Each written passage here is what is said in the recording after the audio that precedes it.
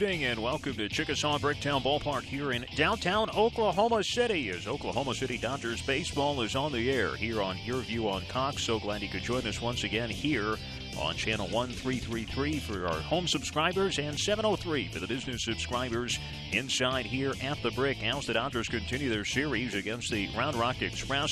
It is game 4 of 5 tonight. Dodgers have had some trouble getting in the win column lately. They've dropped the first 3 games of this series. They have also lost 14 of the last 18 and 11 of the last 13. And hopefully tonight and tomorrow night leading into the All-Star break and back to their winning ways, which permeated this team for so much of this season.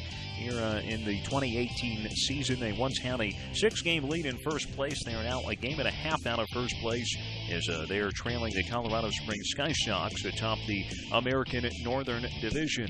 Round Rock, on the other hand, they have been a hot-hitting team, and here are tonight's starting lineups presented by the Air Force Reserves. Drew Robinson will lead it off. Christian Lopes, who you see there, will be batting second. Scott Heineman, who we profiled in the pregame, he'll be batting third. Willie Calhoun, Andy Ibanez, Hunter Cole, the middle of the order.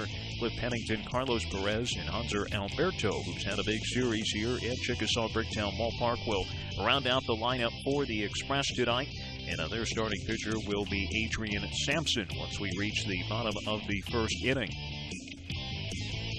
So, obviously, the Dodgers are hoping for a better start and coming back with their ace, as we also mentioned in our pregame here this evening, hoping that Manny Banuelos can give him at least good 6 innings. Don't know what type of pitch count that he's going to be on tonight, but you have to feel good about him going out to the mound with that 8-4 record, a 3.14 earned run average, and hopefully he can keep it close, and the Dodgers defense and the pitching can keep the opposition off the scoreboard early. That seems to also be something that has really plagued them the last couple of games. Opponents have scored in 6, or short first, I should say, in 6 of the last 8 games. Dodgers are 2-6 in those games. And going back to Manny Banuelos, even though he is coming off a minor knee injury, he is full tonight. Full pitch count up to 100 pitches for him tonight. So hopefully we'll be able to get through those successfully and with no kind of setbacks. Fans all over here at Chickasaw Bricktown Ballpark, 89ers night tonight, and also Dodgers format giveaway. There are some fans out there in the Budweiser deck in left field, which was a nice new addition to this ballpark back in the 2015 season. As we take a look inside here, it is 89ers night. We're taking it back to more the 1980s 89ers. Of course, they were known as the 89ers through 1997, but the jerseys, which you will see tonight, are more of the style that they wore in the 1980s. And that's when the big slogan was good time at baseball. And hopefully the Dodgers will be having a good time tonight as they play this series here against the Express. Dodgers now 6-4 against the Express this season after losing these last 3 nights. As the Dodgers heading out on the field, and we're just shortly underway here at Chickasaw Bricktown Ballpark. Recapping the series so far. In Game 1, it was Round Rock winning 8-5. That was on the 4th of July in front of about 11,000 plus here at Chickasaw Bricktown Ballpark. An offensively charged game with 13 runs and 29 hits. Round Rock took Game 2 7-3, and then yesterday a 3-1 Round Rock win in which they scored 3 runs within the first 3 innings, and the Dodgers really never could just get the offense going.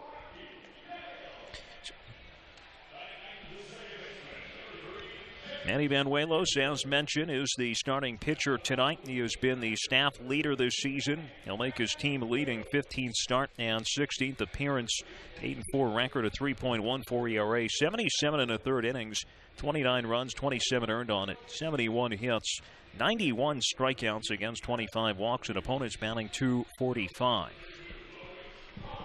Now, Banuelos mentioned a minor knee injury. This will be his first game action since June the 27th. A little bit off that day here against Nashville, a game in which he took the loss. It was his first loss in over a month. Now, Banuelos will face Drew Robinson, Christian Lopes, and Scott Heineman here in the top of the first inning. As Round Rock yesterday scored 2 in the first, and they led the rest of the way. Meanwhile, the Dodgers have yet to have a single lead in this series. And Drew Robinson led off yesterday's game with a triple. And according to the Round Rock baseball information staff, just the second leadoff triple in the team's history. Now Robinson, who began the year with the parent club Texas Rangers, has now played in 26 games with Round Rock this season. He'll be the designated hitter tonight. Shift on with 3 guys on the left side of the infield. First pitch is called for a strike. We're underway here at Chickasaw Bricktown Ballpark at 7:08 p.m. Another warm, windy night. Wind is blowing from right to left. 89 degrees at the moment. Winds blowing in from right around 10 miles an hour. Swinging a line drive by Robinson into left center field. No, it's not a triple, but it is going to be a base hit to start off the game for the second straight night. Just took the pitch and hit it back where it came from, right over the shortstop's head. Didn't get it in the gap or anything like that. Just a solid single. Didn't try to overpower it. Didn't try to pull it. Went the opposite way and gets the leadoff single. Left-handed batters hitting under 200 against Banuelos, but they have been better in his last 2 starts. And Robinson in the left-on-left matchup, able to get his way on with a leadoff hit. At least 11 hits in the first 3 games of the series for Round Rock. First pitch to Christian Lopes. That's taken for a strike. Lopes last night was 1 for 5 as the Express finished with 3 runs and 11 hits. 10 of those were singles. After the Robinson leadoff triple, they did not have an extra base hit the rest of the night. Dodgers infield at double play depth. Snap and throw to first, and Robinson in safely. Dodgers have lost 9 straight at home. It is tied for the team's longest losing streak since moving into this ballpark in '98. The previous 9-game home losing streak was in 2005.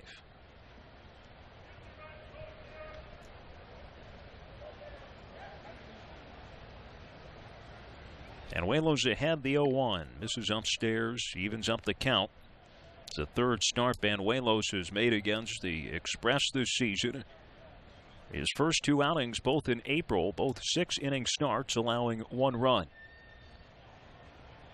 Trying to work around a leadoff walk here in the first inning tonight. Lope swings and misses, and there's his best pitch to the right-handers, that back foot breaking ball, who tends to get a lot of swings and misses on those. Yeah, good-looking pitch right there. Tough to hit. If you're going to do anything with it, you have to get out in front. He was unable to catch up with that one. Heineman on deck. Ball in at 2 strikes to Lopes as Banuelos looking for the first out tonight. Here's the 1-2. Side outside, evens up the count. First couple of fastballs in there at 91 miles an hour. Looks comfortable out there. Just has to find his location, spot the ball a little bit better. Dodgers are 7-6 in his starts this season. And they lost the last one, game 1 of a doubleheader against Nashville. Final score in that was 5-4. Pitch is called for strike 3. Breaking ball the outside part of the plate, and Lopes down looking. So even though Manny Banuelos has missed the last week and a half, he still is in the top 5 in the league in strikeouts as there he gets Lopes looking.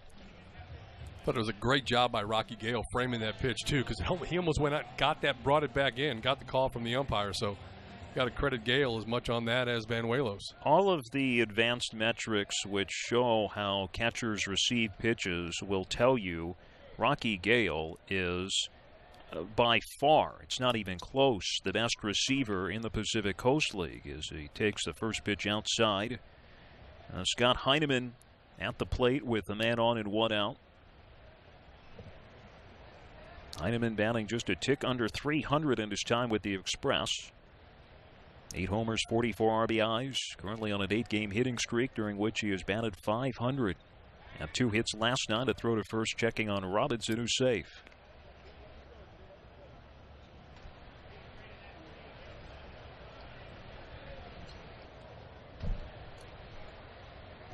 Heineman 2 hits last night. 2 for 4 in RBI in it. 2 runs scored. Round Rock trying to strike early yet again. Dodgers at double play depth. Breaking ball to Heineman, called for a strike. Heineman this season against Banuelos only played in 1 of the 2 games he started against him. He was 1 for 2 with a double and a walk in a game in Round Rock.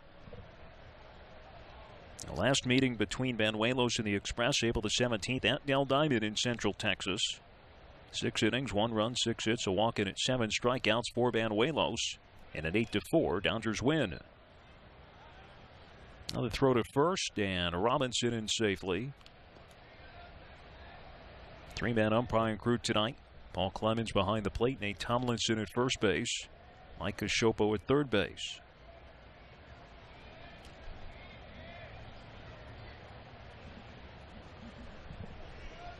There's Paul Clemens calling the balls and strikes tonight. Pitch is tapped foul, and now it's 1-2 to Heineman. Heineman in the series, 5 for 14 with a home run. Round Rock as a team in the series batting .327. 37 hits in the first 3 games. In the first 7 meetings of the year between these teams, the Express hit just .204. Well, the key matchup that we highlighted in our open today is Banuelos on the mound for the Dodgers, Heineman at the plate for the Express. As Banuelos here in the first matchup of the night in front 1-2, he'll throw again over to first base.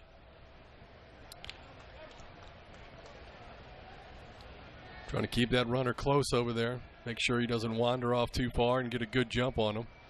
3 stolen base attempts by Round Rock last night. They were successful on 2 of them.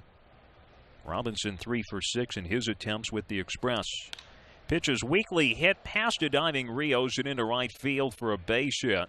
And Robinson will stop at second. That ball softly hit off the end of the bat, but just out of the grasp of Rios. Just seems the way it's been, though, during this entire losing streak for the Dodgers. The opposition is able to put the ball in play, and usually where a defender is not placed, and there's the case once again as you see him just go with the pitch. It's an outside pitch, and he takes it the other way. Runner has to hold up, get safely into second, just 1 away. But you said put the ball in play, and the Dodgers have not had a high strikeout rate of late. First pitch on the way to Willie Calhoun, misses inside. Calhoun batting .293, 7 homers, 33 RBIs. Last night he was 1 for 3 with a walk. 2 men on, 1 out. It seems like Round Rock has had 2 men on each inning in this series. Now Banuelos steps off, and it's really not all that far from the truth. A total of 52 base runners in the 36 innings.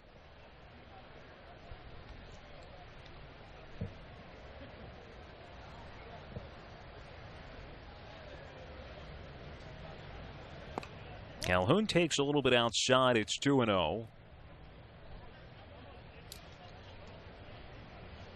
And Willie Calhoun on a 13-game hitting streak entering tonight. A little bit under 400 during the streak. Actually, it's at 400 exactly, 21 of 54. Behind it, 2-0. Pitch is lined into right field. Garlick coming in is going to have to play it on a bounce. Now they throw to second. They had a chance for the force, but the throw is high. Looked like Garlick had a chance at it, but couldn't find it in the sun. And then Heineman had to freeze. Garlick still had a chance for a force out at second. A good throw. They get the out, but it draws Mora high. Take a look, and I think you're exactly right. Garlick maybe lost it for just a bit, couldn't find it, playing in the sun field, and then they had the force at second, but he just got the throw up a little bit too high, and now the base is loaded and nobody out. Or 1 away, I'm sorry. Lopez got called out on strike, so get the double play and erase that and get out of this inning.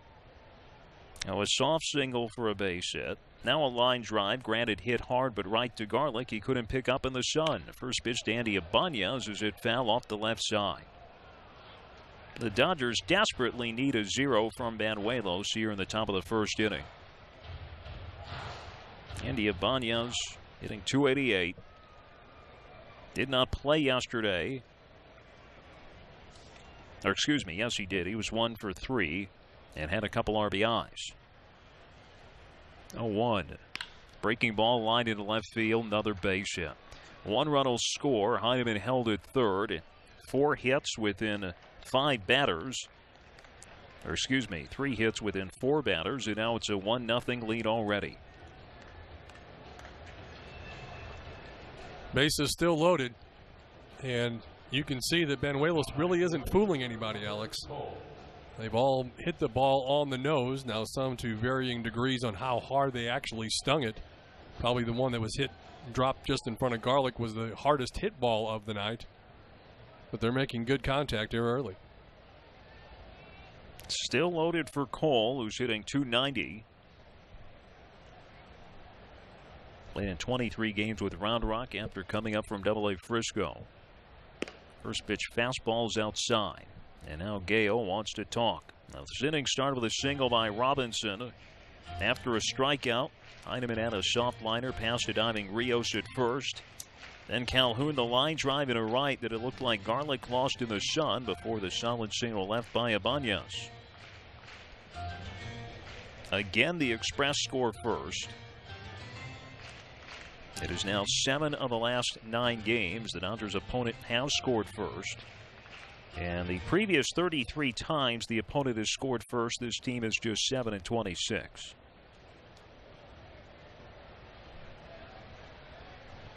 Sure do need the double play right here. Get out of this inning giving up just the 1 run. 1-0 swung out and missed.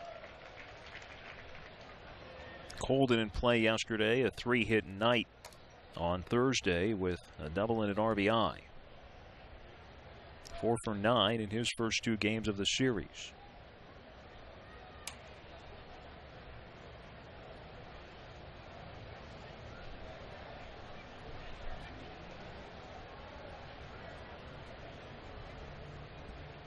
One fastballs fouled back.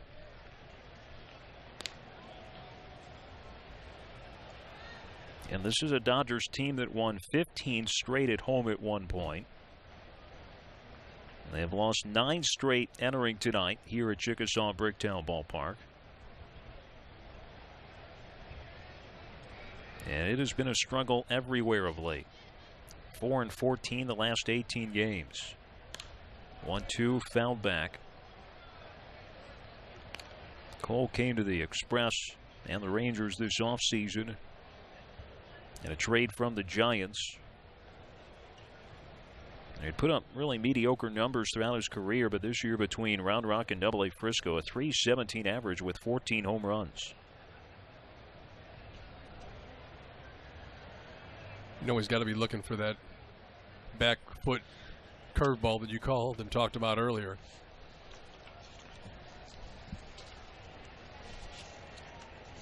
Would love to get out of this situation giving up just the 1 run.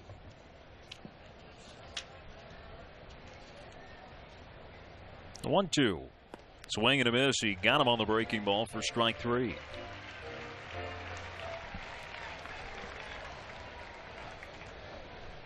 Good looking pitch, and again, just that ball diving. When it's coming towards the batter, you're thinking it's going to be a high outside pitch, but boy, that thing really dives, and as you aptly described, goes towards that back foot, and you better be patient, and you better be eyeing that thing up, because it's a good pitch, and he's got 2 of his outs, all of his outs so far on the strikeout. Cliff Pennington batting. First pitch fastball the outside corner. Pennington looks like he disagrees. Now, all season, there had only been 2 at-bats against Banuelos with the bases loaded. This is the 3rd of the inning. Pennington, the 7th man to bat. This will be the 23rd pitch of the inning by Banuelos. As Round Rock already with 4 hits in the inning.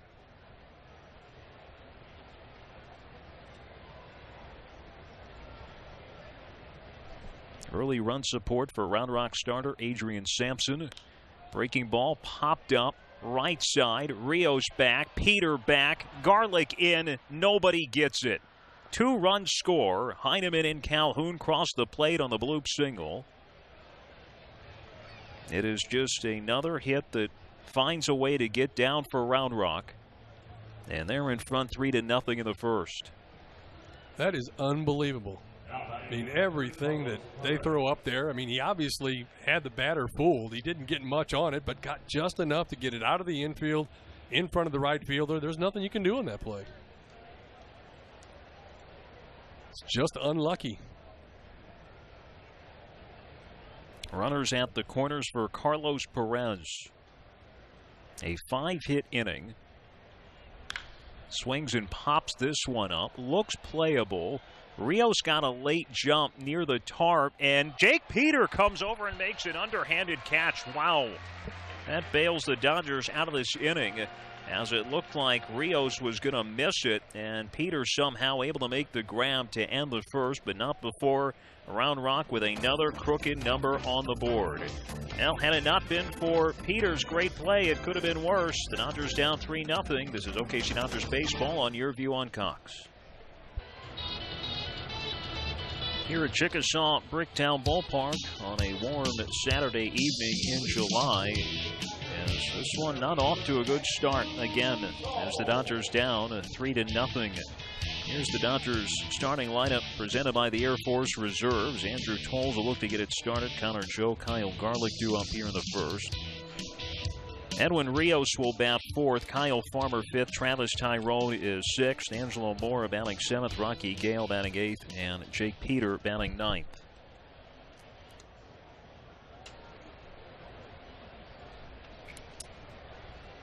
Andrew Tolles batting for the left side. Looks for his first hit of the series. Was thinking about putting a bunt down. Takes a pitch high instead. Now Tolles 0 for 13 in the series after he came in red hot. Dodgers tonight facing off against Round Rock right-hander Adrian Sampson, who's been on a roll. Pitch is hit in the air, left side, and out of play. Now Sampson to make his ninth start, 23rd appearance. Started the year in the rotation, then went to the bullpen, and he's been back in the rotation. And ever since then, he has been pitching his best of the season. 61 in the third innings, 38 runs on 69 hits allowed this year. Pitch is hit on the play again by Tolles.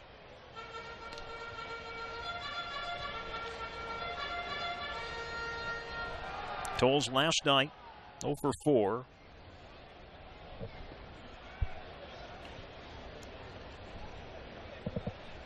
Took a couple good rips here. See if he can't turn it into something. Elvis high.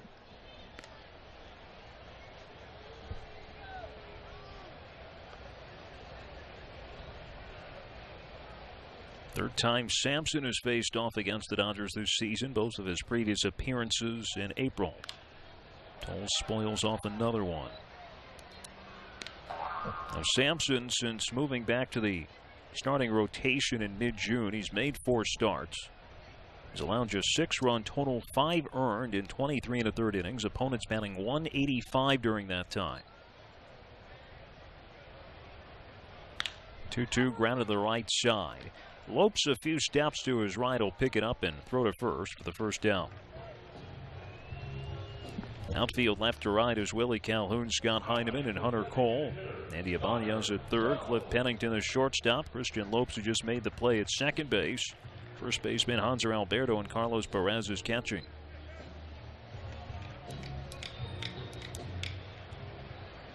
Base is empty for Connor Joe in his 14th game here at the AAA level.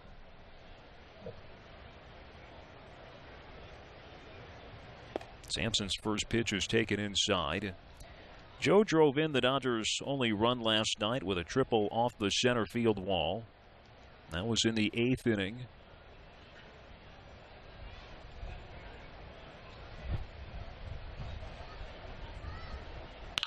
Now smacks one on the ground on the left side. Pennington backhands, throws to first, and Sampson's retired the first 2 batters of the inning.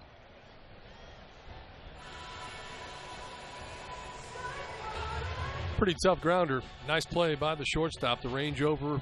Pennington gets it. Then he has to put the throw on the money, and he certainly does. And it's kind of like Murphy's Law, Alex. I mean, pitching-wise, hitting-wise, and defensively, seems like the Dodgers can't do anything right. Right now, the Express can't do anything wrong. Kyle Garlick looks to get a 2-out rally going. Takes Hyatt inside for ball 1.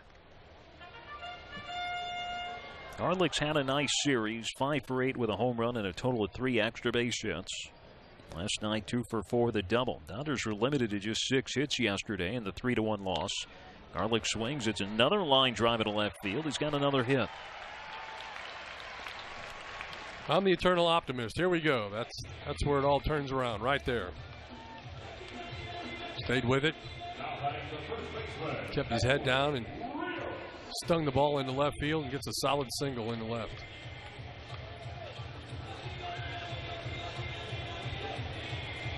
It's a runner on for Edwin Rios.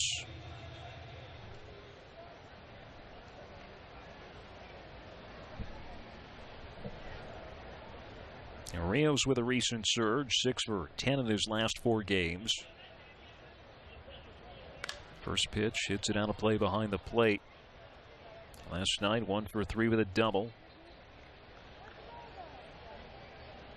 An early 3-0 Round Rock lead in the first inning. Second straight night, they score multiple runs in the first.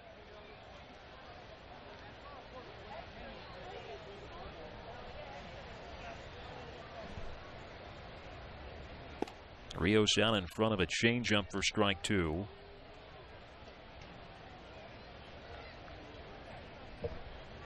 Five for 8 so far in this series.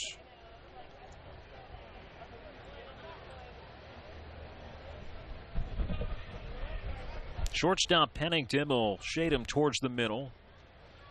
Ibanez back well off the line at third. This thing high and inside for ball 1. 92 in the gun on that one. That's hardest pitch that he's thrown here in the early going. Dodgers seem to be able to make contact. It could be a case where you don't get him the first time around, but maybe the second, and see if you can get him out of there before then. Rios works the count even after taking low. Now, the last time Adrian Sampson pitched at this ballpark, it was an outing to forget. 7 runs and 7 hits allowed in just 2 2/3 innings. Was unscathed in the first, however, in that game.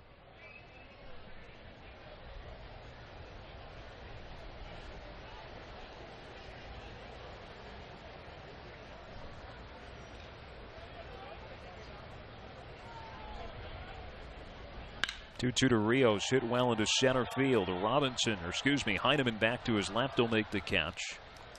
Now that'll end a scoreless bottom of the first inning. Dodgers get a 2-out hit by Kyle Garlick, but no more. 3-0 early on in favor of the Express. This is OKC Dodgers baseball on Your View on Cox. Don't miss out on the next Pizza Hut all-you-can-eat night on Saturday, July 28th, when the Dodgers host the Round Rock Express. Pizza Hut all-you-can-eat packages are available for groups of 10 or more and include all-you-can-eat food and OKC Dodgers hat and a game ticket. Call 405-218-2100 for information today. Game on the 28th against El Paso, not against Round Rock. This is the final time Round Rock comes to this ballpark.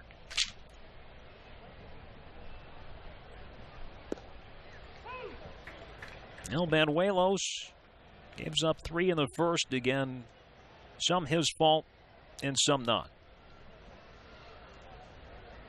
Juan Alberto out in front of a changeup that's 0-2.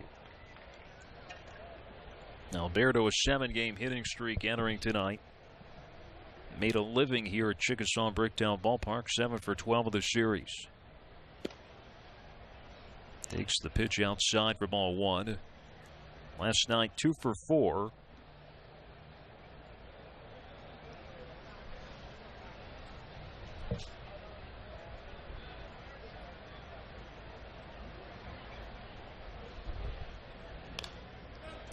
Fouls it towards the Dodgers dugout.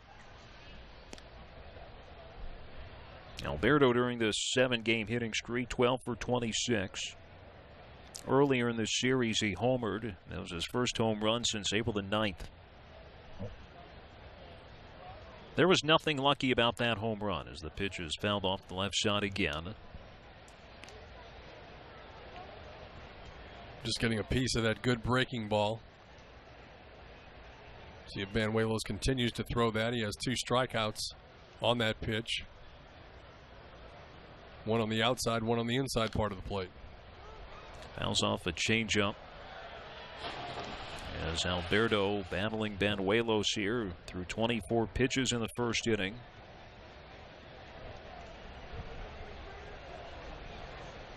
Get the leadoff hitter Always want to do that as a pitcher and take a little less strain off. Well, barring a bad throw by Farmer, he will, and he does. A grander right to Farmer to get the first out of the inning. Well, missing a turn in the rotation and first start since June the 27th. You know, he had to be anxious to get out there. Had a bit of a rocky first inning. Hopefully now he can settle in and continue to perform as he has most of the year. Back to the top of the order. Robinson shows bunt, takes a breaking ball for a strike. Shift on with Farmer playing at a shallow right. Now with a strike on Robinson, the shortstop Mora moves towards the back of the infield. Down in front of a breaking ball for strike 2.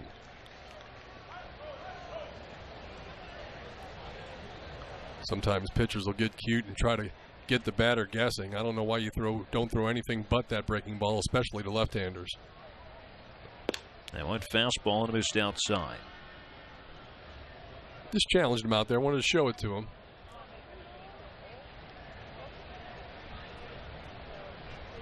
Let him know that he can bring the fastball if he has to. There you see the 3 guys on the right side of the infield with Farmer back in it.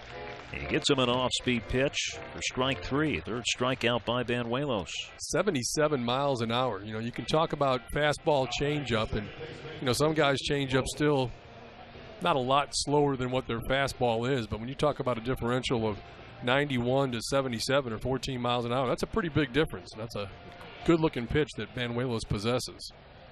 Retired the first, 2 men of the second. Christian Loeb struck out his first time up. Takes low for ball 1.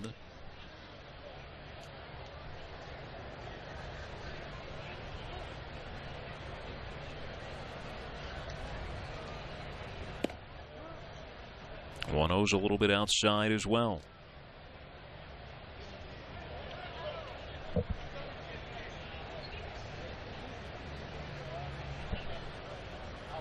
Loeb's in a hitter's count and takes the pitch down and inside for ball 3.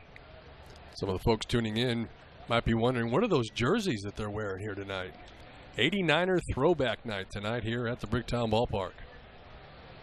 First did it last year, very popular amongst the fans, and bringing it back this season. Rio's taking low ball 4, so no chance at a 1-2-3 inning. And those were the style that the 89ers tended to wear in the 1980s. Most of that time affiliated with the Texas Rangers. Now in the early part of the 80s, they were affiliated with the Philadelphia Phillies. And to this day, 1980 is the only year Oklahoma City's AAA team, their parent club, has won the World Series. And there's only been 2 other times, or actually, 2 other times where the parent clubs even made it to the World Series. The most recent of which was last year with the Los Angeles Dodgers doing it. And in between 1980 and 2017, it was 2010. The final year of affiliation with the Texas Rangers when they lost to the San Francisco Giants.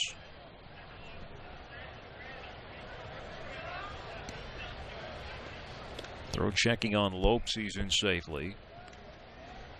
I moved to Oklahoma City in 1995, so the 89ers only existed for another couple of years. They ended their run here in Oklahoma City in 1997. Made it out to the ballpark a couple of times. My, how things have changed. Ballpark especially. Oh, yes, but a lot of people still with very fond memories of All Sports Stadium. Heineman lines another single in a right. He's 2 for 2. Now, during this now 9-game hitting streak, it is 7 multi-hit games, and twice he's just gone with what Banuelos has given him and gone the opposite way. Well, it looked like it was shaping up to be a quick inning, but nothing has come easy lately.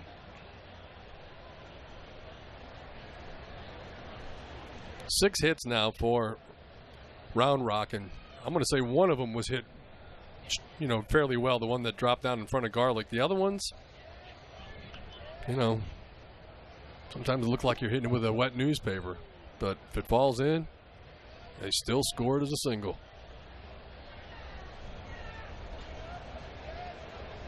Now Calhoun had that line drive you just talked about out to Garlick that it looked like he lost in the sun. That was his 100th hit of the season. Pitches on the inside part of the plate for a strike.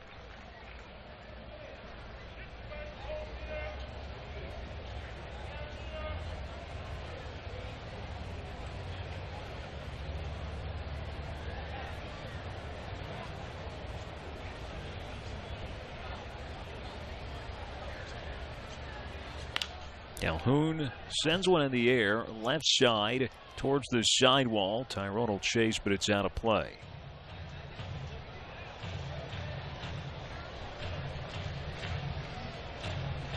Got him set up. Lefty on lefty. He's had good success. 3 strikeouts so far. See if he can't wiggle his way out of this second inning and get the bats going in the bottom half of the inning. And Calhoun drafted and signed by the Dodgers 2015 at a junior college in Arizona. Turn and throw back to second. And Lopes in before the tag from Mora. Pretty close. Put that throw right where you wanted to put it, too.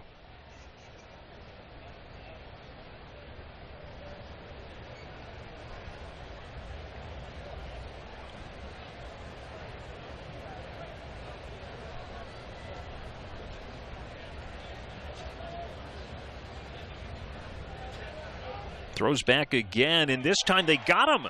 The tag on Lopes' helmet before his hand reached the base. So it was close on the play before, so the Dodgers decide to try it again. And it works this time. The pickoff ending the top of the second. So Round Rock puts a couple guys on with 2 out, but one of them erased off the bases. Express still leading 3-0. This is Dodgers baseball on your view on Cox.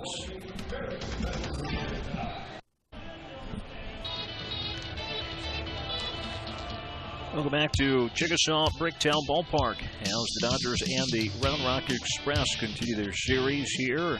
Some of Oklahoma's finest baseball players showcased along South Mickey Mantle Drive here on the west side of the ballpark.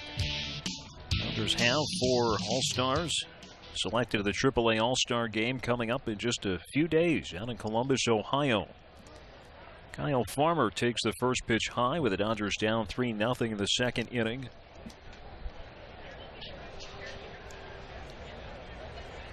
Farmer batting .292, 3 homers, 17 RBIs. Takes another one for ball 2. Hitless last night. 0 for 4. He was catching last night over at third base tonight.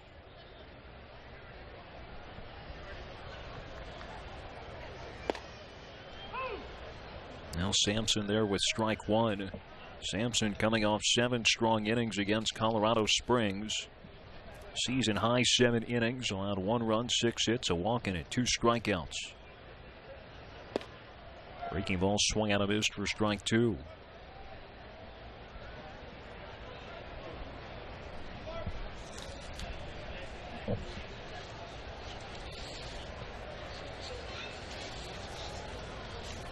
Dodgers trying to get the leadoff man on here in the second inning, down early again. 2-2 softly lined to first. Alberto jumps and makes the catch.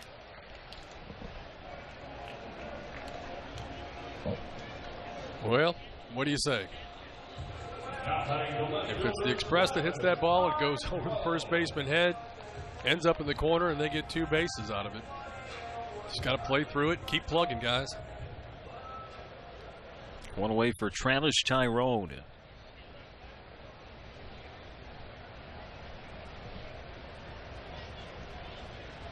First pitch will swing and foul it back. Tyrone last night 0 for 1. He walked twice. The only 2 walks the Dodgers drew. They've only drawn 3 walks in the entire series. You know, you mentioned that Sampson looked really good in his last outing, and that's that's fine. Maybe that's the trend that you're going to see from now on. But also that ERA at 5.14 tells you that he has the capability to give up some big innings. Now, of late, though, as mentioned, he's been pitching his best of the season in that game. And against Colorado Springs, only runs scored in the third.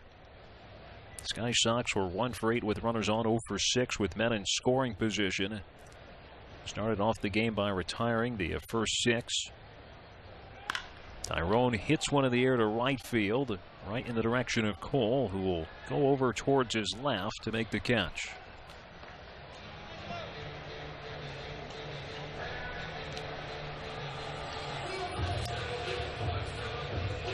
Well, you and I have talked about sabermetrics and the analyzing of baseball the last couple nights, and you know, it was years ago, maybe before they even started using the analytics, where you started to see that pitchers, the batting average against them was, you know, not so good for it was more the way of the pitcher, the benefit of the pitcher that first time up, but each and every at bat from there, the second, the third time, and even the fourth, if the pitcher made it that far, always seemed to favor the hitter just a little bit more and more.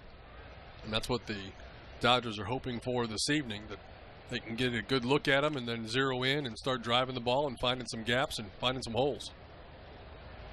Mora 0 for 3 yesterday. He's in the midst of a 2 for 23 slump, but has contributed many ways defensively despite not necessarily getting hits of late.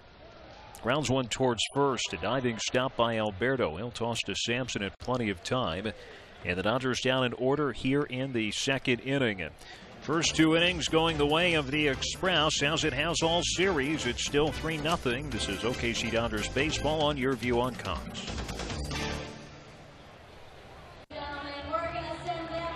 Bring your group to the ballpark for the next Bronson Fans and Family Group Night. Each member of your group will receive a Dodgers ticket on July the 27th. Also a Dodgers hat and a Brahms combo voucher, all starting at just $10 per person. Call 405-218-2100 for more information.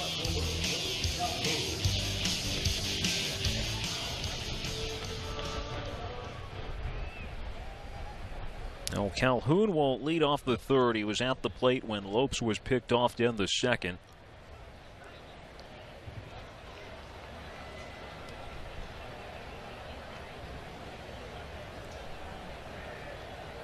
Shift on with Farmer playing in a shallow right. A first pitch fastball's outside.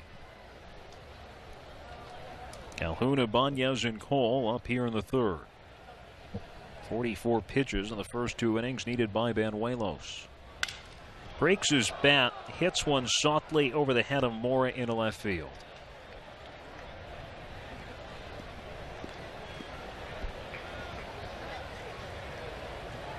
Well, that just kind of goes along with what we've been talking about. I think he even can't believe how that ended up. Reaches out, stays with it, gets the bat on the ball, and it lands in left field, the leadoff single.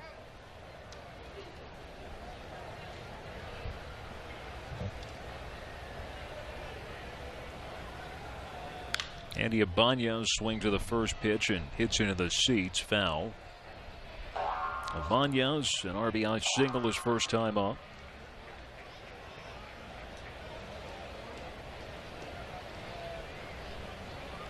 I mean, the fact of the matter is, this is not fun. It has not been a fun last 18 days. It has not been fun at home of late, but it would be a lot more concerning if there were constantly deep line drives to the gaps. That has not been the case tonight. Breaking ball swung out and missed. I don't like to necessarily emphasize that an opponent is lucky just because I don't want to discredit them. But there have certainly been some fortunate hits tonight. None that would never wow you on the exit velocities or what else have you as the next pitch fouled out of play. You said that very well. But the other fact is that they're putting the ball in play, which is in this day and age does not happen as frequently as it once did. And you can't get hits, you can't get on base unless you put it in play.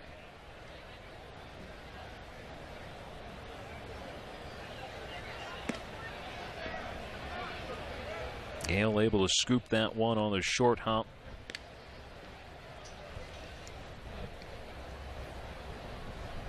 Banya's now 3 for 7 in this series.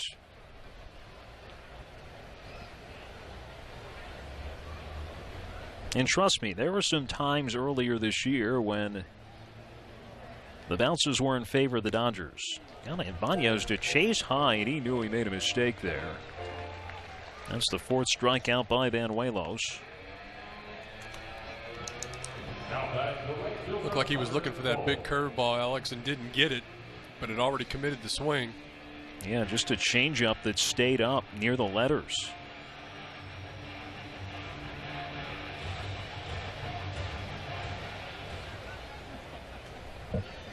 Runner remains on for Cole, who struck out his first time up.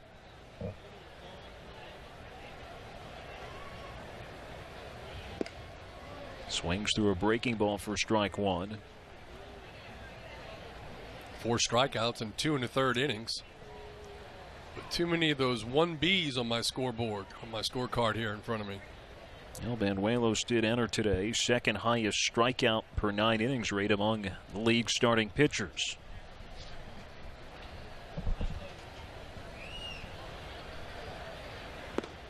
Got him through another breaking ball. That's what Cole struck out on last time, and we'll see if he and Gale decide to go to it again. All 3 Round Rock runs in the first.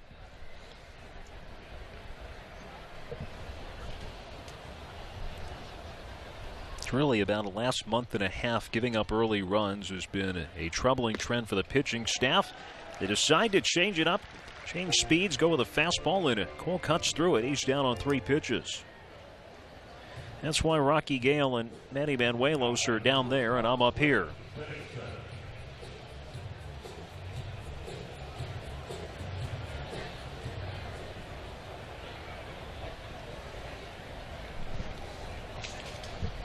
Leadoff broken bat single and then 2 strikeouts. And here's Pennington to add the key hit of the first inning as the cutter misses in. A bloop single into shallow right that landed in that Bermuda Triangle, so to speak, between Rios, Peter, and Garlick.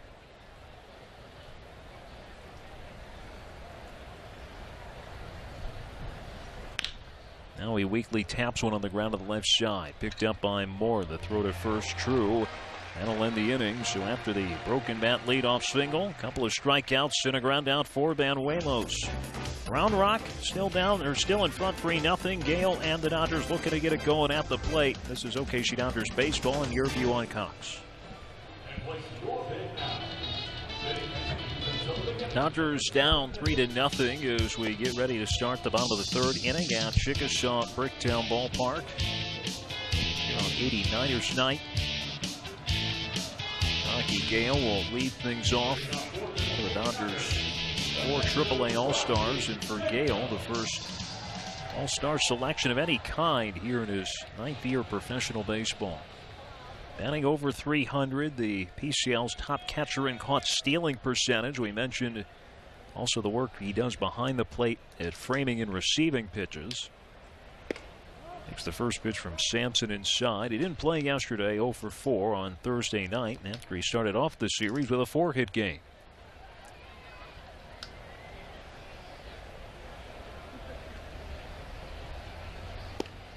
Sampson missing outside. Now, Adrian Sampson 2 starts ago had a perfect game bid through 6 innings at home against Omaha. It was 18 up and 18 down. He then gave up a solo home run to start off the 7th inning. Gale sits one in the air to shallow right center. Now it's Lopes back on the infield to make the catch.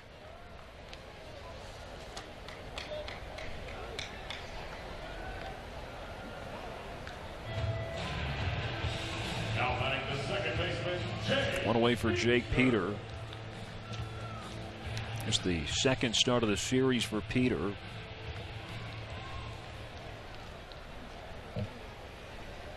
Wednesday night, 1 for 4.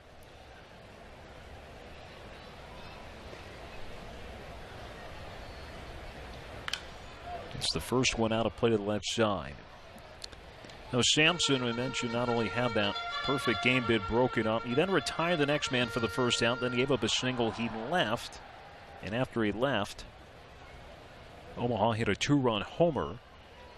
Had another run charged to him as the pitchers fouled back. He didn't even end up with a decision because the 2-run homer tied the game. So he's known some tough luck himself. Absolutely.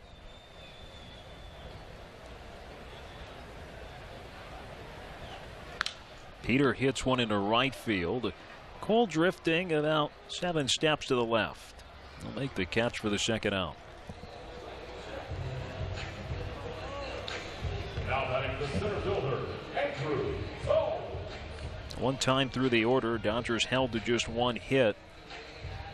And not a whole lot of solid contact here against Sampson, and that's really his game. Getting soft contact early in the count, not a high strikeout pitcher.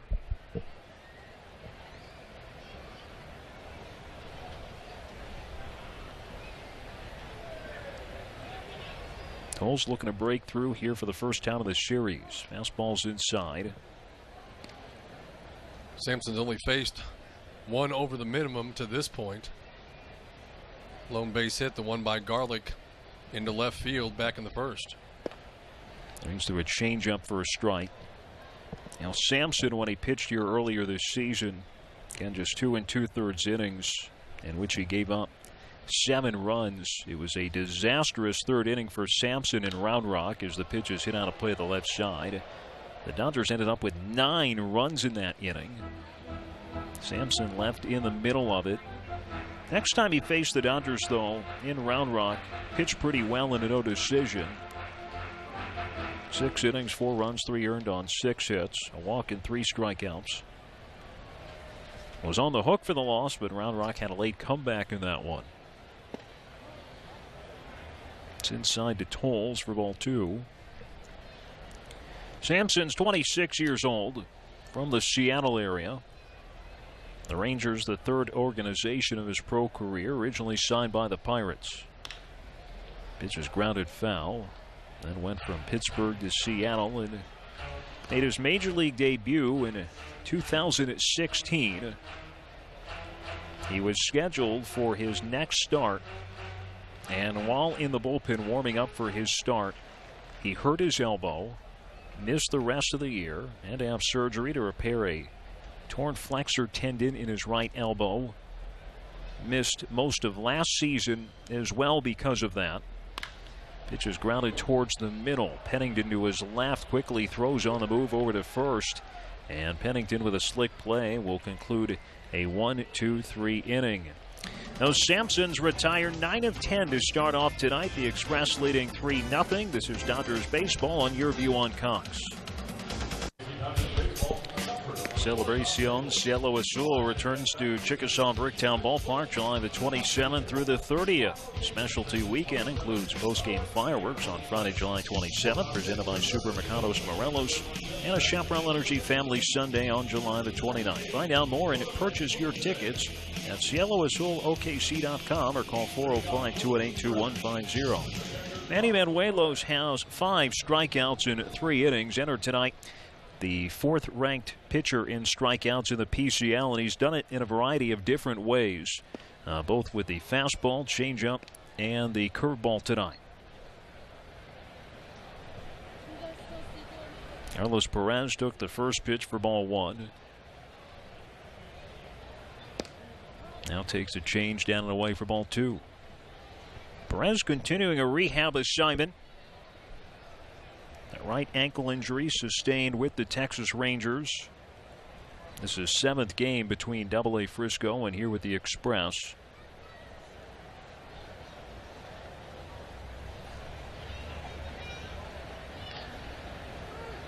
Two Ole misses down and inside.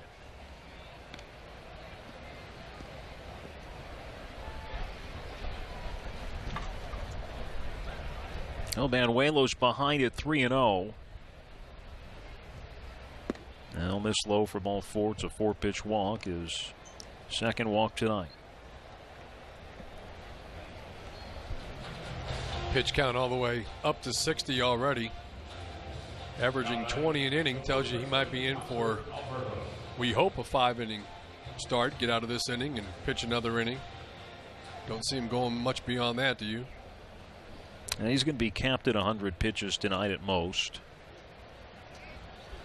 Now, as good as Banuelos has been this year, that is the one thing he has really yet to do is consistently be efficient. Of course, strikeouts will drive your pitch count up. But he is not like an Adrian Sampson type, who we've seen only throw 39 pitches through 3 innings and relies on getting weak contact early in the count.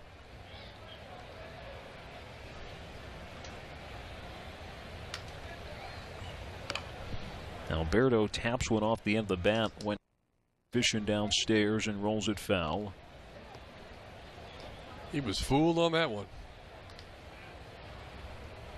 But just got enough to stay alive. Now, starting pitching has been a sore spot for the Dodgers of late. Starters over the last 4 games, 49 runs and 81 hits over 64 1/3 innings. Hit high in the air to left field. Tyrone, adjusting a few steps to his right, is there to make the catch.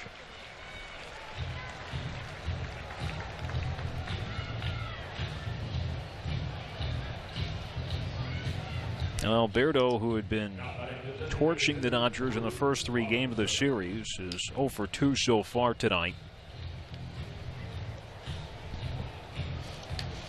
Dodgers managed by Bill Hasselman, a former Oklahoma City 89er back in the early 90s. Spent just about the entire 91 season here in Oklahoma City. 126 games played that year. He batted .256 that season, 9 homers, 60 RBIs. He then began the 92 season in Oklahoma City as well, but only played in 12 games before he was claimed off waivers from the Rangers from the Seattle Mariners. Now, I was talking with him about the 89ers days earlier today, and he told me how during his brief time in 1992, he hit a walk-off home run in one of those games. He was with the club. The 89ers that year won their division by 1 game. Robinson takes a strike. And they went on then to win the American Association Championship. But he never got a ring. Of course, he was in the Mariners organization by that time. Breaking ball called for a strike, and he also said, well, these aren't 89ers jerseys. I said, yes, they are. You might not have been the ones, the style when you played here, but they were before then. There were many other 89ers teams that came before him. Swing and a miss by Robinson. He strikes out. Second time tonight. He's down on strikes. It's number 6 for Banuelos.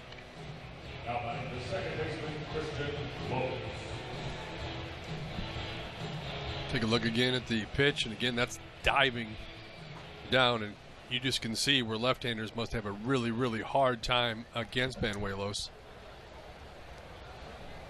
Second time he struck out Robinson. Lopes up, 0 for 1 with a walk and a strikeout. Pitches in the dirt, blocked by Gale.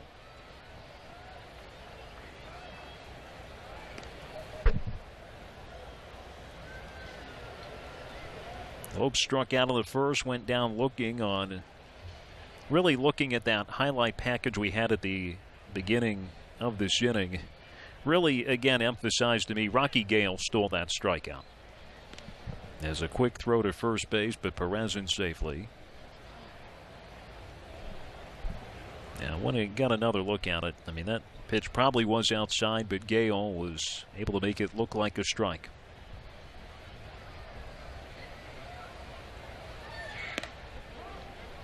No more Sunfield, as that has set for the evening. It is tough for the right side of the infield and the right fielders for the first 2-3 innings at this ballpark typically.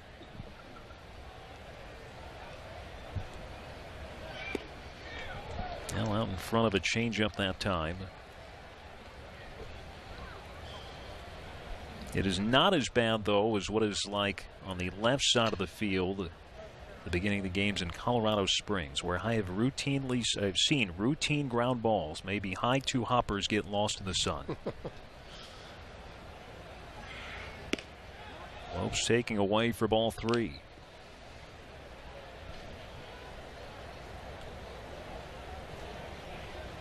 Heineman, who's been hot, is on deck. He has had no trouble against Banuelos tonight. It's a hitter's count for Lopes. That's outside for ball 4. Second walk of the inning. Second delivered to Lopes, who is 2 for 17 in the series. Now we talk about whip, walks and hits per innings pitched. And it has been sky high for the Dodgers of late. One is considered really good. Average is probably around 1.25 or 1.3. During the last 4 home games for the Dodgers, it has been at 2. Breaking ball misses down, and I don't care who the opponent is. You have chance after chance after chance, you're going to score runs. Now, Perez drew a walk to lead off the inning. Next 2 batters are retired before Lopes drew another free pass. And this is a Round Rock team that entered this series with the fewest walks in the PCL. They drew 15 walks over the first 3 games, 3 more tonight. Heineman takes low and away, and now Banuelos behind. A locked-in hitter at 2-0. Heineman with singles in the first and second.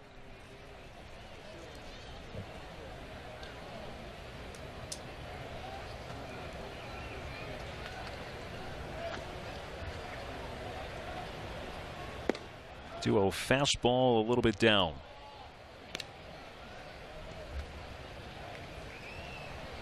It looked like he had found his groove.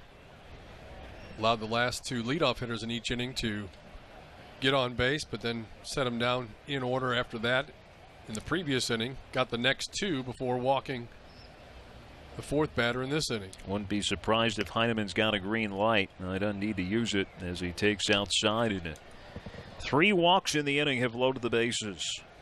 Well, we saw a very similar inning to this in the series opener on the 4th of July, in which Dodgers starting pitcher Kyle Lobstein walked 3 batters within the span of 4. It loaded them up, and once you know, with 2 outs, Round Rock converted with a 2-run single. Pitching coach Bill Seamus is going to pay Banuelos a visit.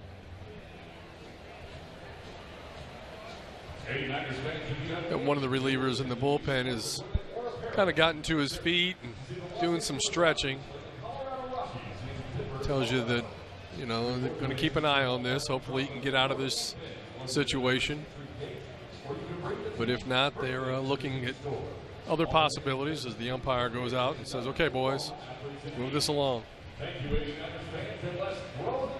The second visit used by the Dodgers. In case you're unfamiliar, limits on mound visits put in place this year. It's all across professional baseball, but at both AAA and the major leagues, it is 6 per game. Now, the Dodgers have used 2. I've yet to see, I think there's been maybe 1 instance I've seen the Dodgers use as many as 5 this year. Typically, it's around the 3 to 4 range. Calhoun is 2 for 2. Breaking ball popped up.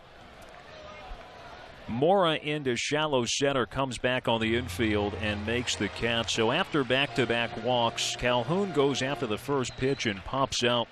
So a big pitch by Banuelos to keep this deficit manageable. Still 3-0 Round Rock at Chickasaw Bricktown Ballpark. This is Dodgers baseball on your view on Cox, and we're going to stay here.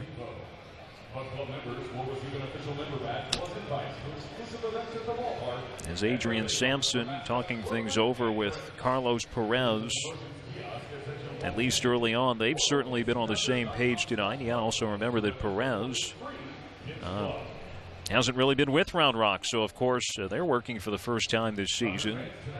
Got the dot race going on in between innings. Congratulations, Anthony and Addison. You can pick up your prize in the Sonic Customer Information Booth. Always something going on in between innings here at the Bricktown Ballpark. Well, the dot race, certainly one of the more popular ones. There's Caden, one of our on-field hosts here at Chickasaw Bricktown Ballpark. Always something going on every half inning, whether it's either on the field or on the beautiful video board, which was installed in 2016. We've got red, yellow, and blue, and I'm probably not supposed to root for anyone, but I'm going to have to pull for the blue team, and boy, I could not have picked a worse choice. You jinxed them. Oh, I guess so. And yellow's running away with this one here tonight.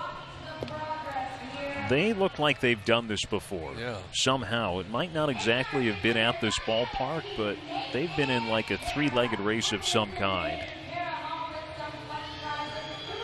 Earlier today, had the closing ceremonies for the Oklahoma City Dodgers Rookie League, an initiative started this year between the Dodgers and OKC Parks and Rec to help grow the game here in Oklahoma City.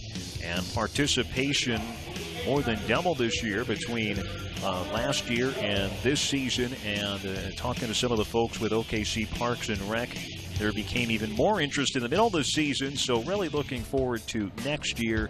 And thanks to all those who made the Rookie League possible. If you want more information on OKC Parks and Rec, you can go to okcparks.gov. It's always great helping out the little leaguers and putting in new ball fields and people donating cleats and gloves. And, a lot of people say, oh, baseball is dying, but I live near place called Davis Park on the south side of the city, and if you were to go by there on a Saturday or Friday afternoon, you would see that baseball is not dying. Connor Joe leads off the inning with a base hit. It's the first time the Dodgers had the leadoff man on in just their second hit so far.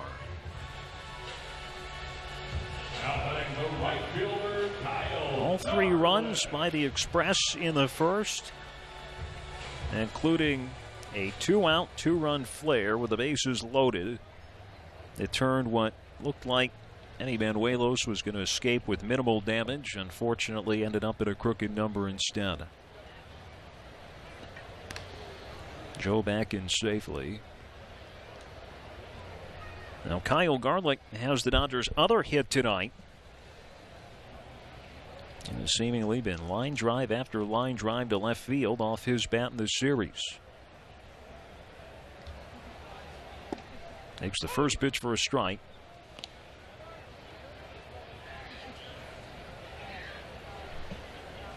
Now Garlick was in Double-A when these teams played each other earlier this year. So certainly has had no trouble with his first introduction to the Round Rock Express. Taps it off the plate, foul left side. Kyle Garlick from Chino Hills, California. Grew up more of an Angels fan than a Dodgers fan, being much closer to Anaheim. Began his collegiate career at the University of Oregon, transferred closer to home, later on to Cal Poly Pomona. Breaking ball grounded foul down the third base line. One time last year when Garlick was in Tulsa, the Tulsa Drillers, I don't know if they still have this promotion. They did last year. Or if at any time the Drillers hit back-to-back-to-back home runs at home, someone would win $10,000. Well, it happened.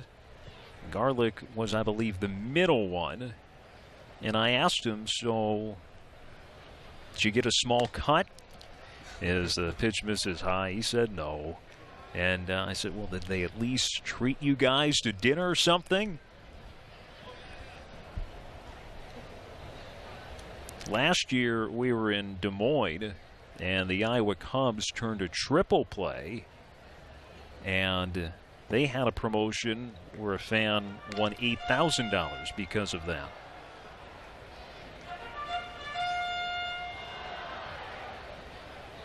I think they make a donation to one of their charities or something like that.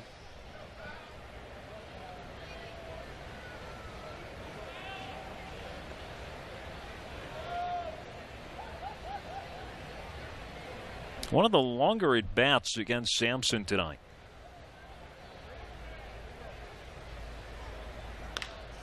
Able to pull it foul, stay alive. Alex Verdugo slowed a little bit by an ankle injury, but helping out gather that foul ball.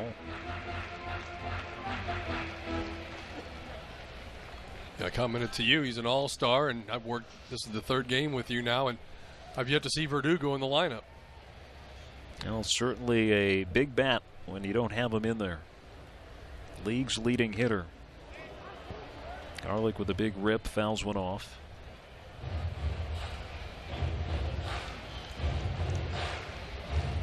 Verdugo just 22 years old. Played most of last year here at 21. He turned 22 in May. Had some time up with the Los Angeles Dodgers earlier this year when Yasiel Puig was hurt. And that's the thing about Alex Verdugo, is that there needs to be a starting spot for him at the big league level for him to be up there. There's no use in having him sit on the bench. Garlick will fly one into right. Cole, circling into his left near the line, will make the catch.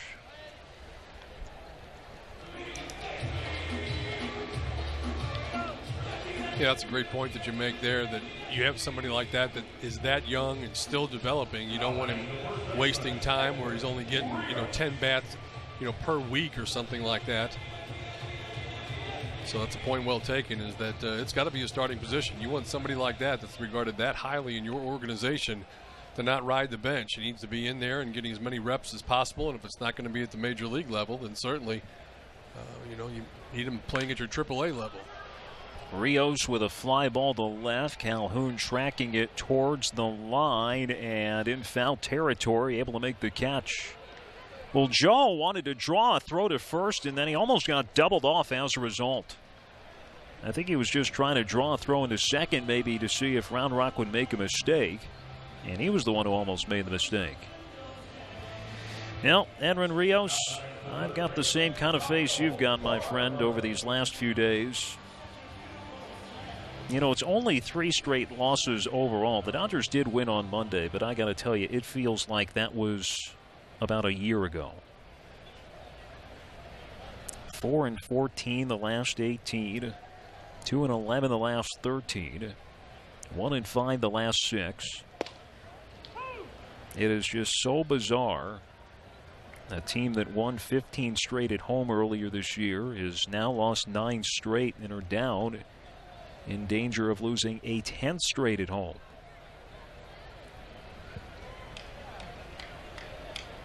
Nothing in 1 to Kyle Farmer.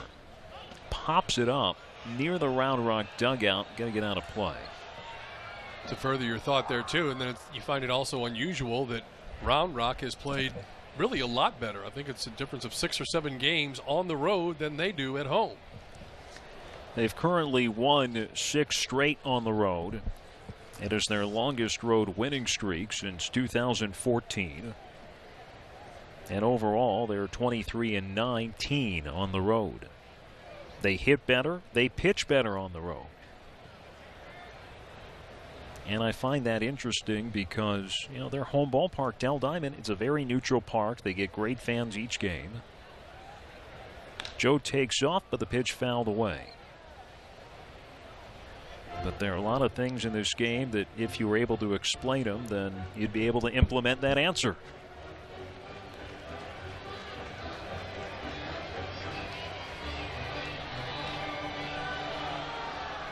The Express overall have won 12 of their last 15, playing their best baseball this season. Looking to stretch the overall win streak out to 6 games.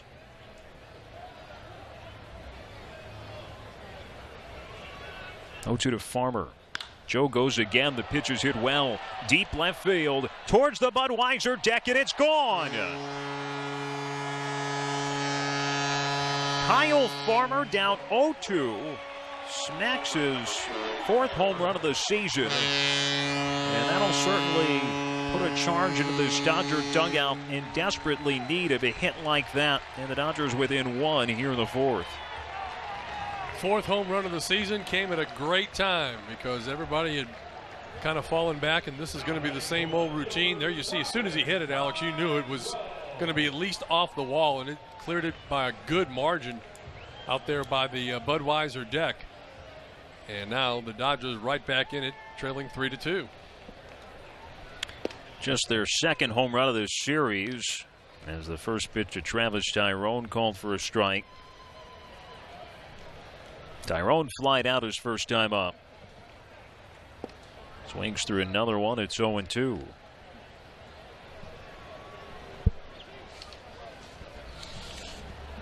Eighth home run allowed by Sampson this season. This is down and away. Well, Sampson, though, yet to give up more than 2 runs in each of his last 4 starts. We'll see if the Dodgers can get to him again. 1-2 fastballs low.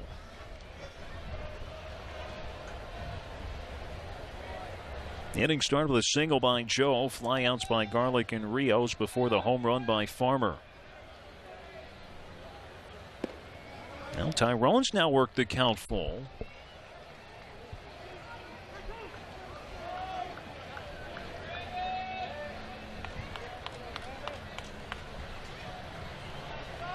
A little more life in the crowd, too. Hear a little more buzz. Tyrone hits a deep but foul the opposite way. Funny how a home run will do that. Yeah. Everybody pays a little closer attention. Something like that happens. Thinking it might happen again. Who knows? Well, even if the Dodgers do not score this inning, the top of the 5th is going to be huge for Manny Banuelos. At the very worst, the Dodgers will be down by just 1.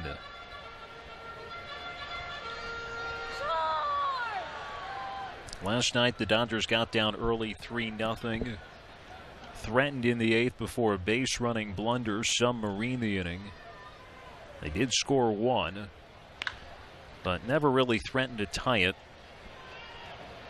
As Tyrone's worked a nice at-bat here after getting down 0-2. Again, we mentioned the Dodgers have never led in the series, as we're about halfway through Game 4. Tells you it's not been a very good series, but it also tells you that Round Rock is getting on the board early. Thursday night, got down 4-0 early, never got closer than 3. Every time they scored on Wednesday, Round Rock answered the next inning, and the next pitch called for strike 3 on the outside part of the plate for Sampson's first strikeout.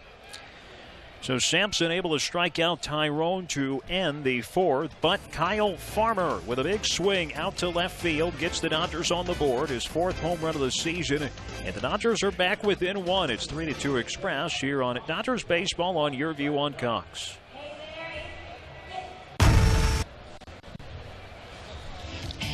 Dodgers back tomorrow here at Chickasaw Bricktown Ballpark to finish out the series against the Round Rock Express on a Chaparral Energy Family Sunday. Tickets start at just $9. Purchase your tickets by calling 405-218-2150 or by visiting OKCDodgers.com.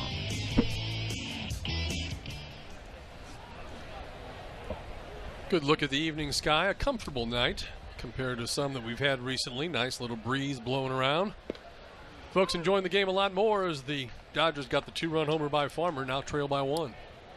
And as I said, the bottom of the 4th, this becomes a huge inning for Manny Banuelos. Avania's 1 for 2 with an RBI single, grounds one left side. Moore to his left field, slings to first for the first out.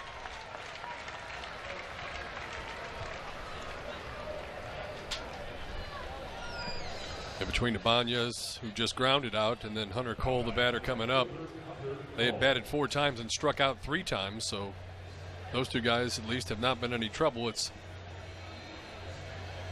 Cliff Pennington who has that big 2-run single from back in the first inning. He'll be on deck. And as we mentioned earlier, and you specifically hit on, Steve, the all-important third time through the order. First pitch to Cole. He takes a breaking ball for a strike. Last time Cole was up, they got in front of him with a couple of curveballs, then got him to cut through a high fastball.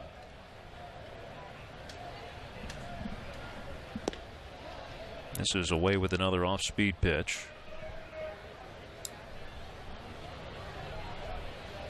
Now Banuelos trying to get through 5 again. He gave up 3 in the first.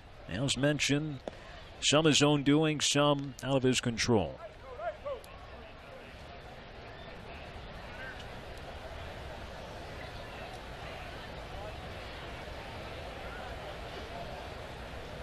There's his 2-1. And Cole takes it a little bit below the belt for a strike.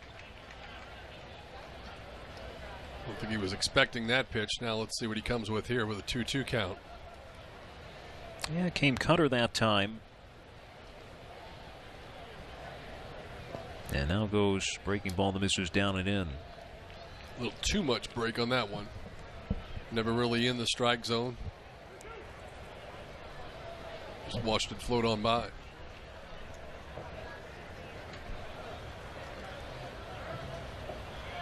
Three-2, swings and misses. Chased what would have been ball 4. Cole down on strikes for the 3rd time tonight. Strikeout number 7 for Banuelos. This one well down in the strike zone. Good pitch by Banuelos. Got a little help that time from Cole, but as you said, 3 strikeouts on the evening. He's not made good contact, but this guy did back in the first to put the Express on top. Changeup that had some nice late fade to it. As Pennington hits a line drive in a right field for a base hit, quickly cut off by Garlick. Now, if Pennington had had that for a 2-run single the first inning, I don't think we'd be currently lamenting this score at all. That time a solidly hit ball by Pennington. The 8th hit by the Express. That ties Banuelos' season high. Pennington came in batting 176, and here he is 2 for 3 tonight with 2 RBIs. And he did not wait on that. He went up there looking for something, got it, and delivered. Continues the inning for Carlos Perez as Banuelos still without a 1-2-3 inning tonight. Perez swings at the first pitch changeup and hits it out of play to the right side. Perez has popped down and walked.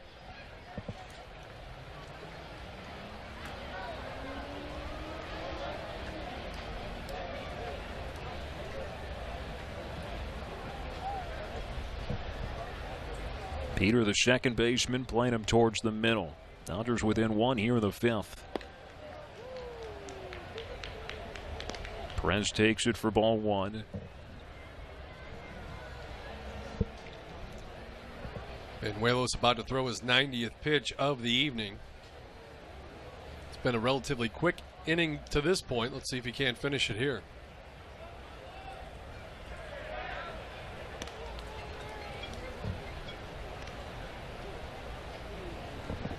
Checks on Pennington at first before delivering the next to Perez. Round Rock now at hitting the Dodgers 8-3 tonight.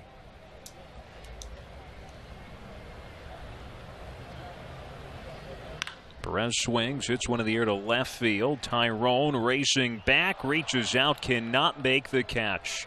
Pennington rounding third will score. It's a double by Perez. Again, the Dodgers cannot put up a 0 when they absolutely need one, and it is 4-2. Ball was hit well. You could tell right off the bat.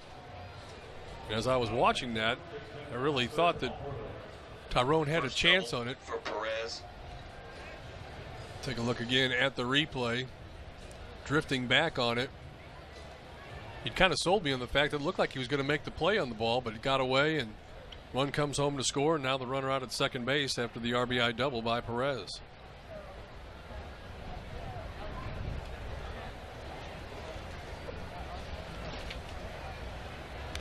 Alberto fouls off the first pitch. It's the first extra base hit of the night, too, right? It is indeed.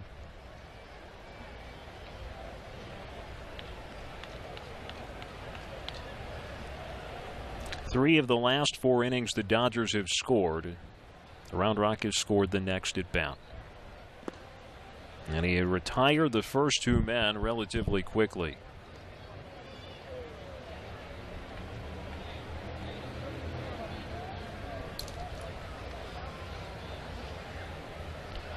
It's deflating for your offense when they get you some runs and you can't put up a 0 for them. Alberto with a fly ball at his center right to Tolles, 2 steps back to make the catch. Round Rock rallies with 2 outs to put up another run as the rehabbing Carlos Perez has made this a 4-2 game. We're halfway through. This is OKC Dodgers baseball on Your View on Cox. Get all the latest OKC Dodgers merchandise, including tonight's on-field 89ers hat from the official Oklahoma City Dodgers team store. Stock up on all your hats, shirts, and jerseys today at shopokcdodgers.com. It's your home for all OKC Dodgers gear.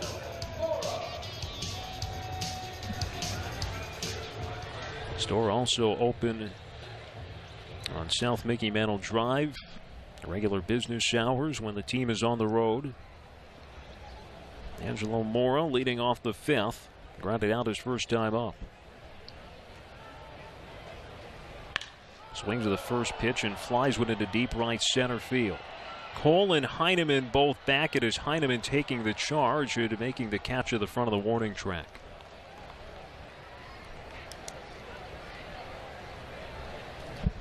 Got a pretty good stick on it. Put it out there a long way.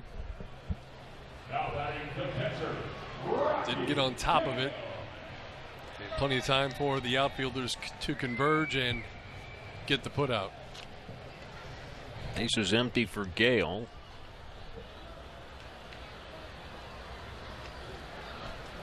Gale 0 for 1 on the night.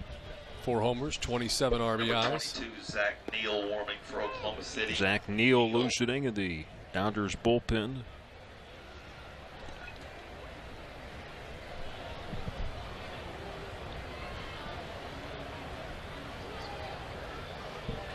Sampson strike 1 pitch, swung out, and it's a foul tip for strike 2.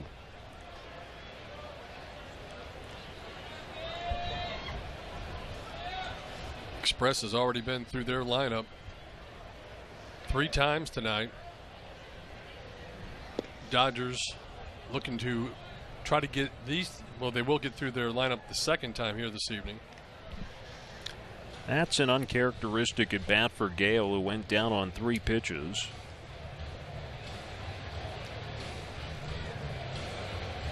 First 2 men retired quickly by Sampson. Jake Peter flied out to right his first time up.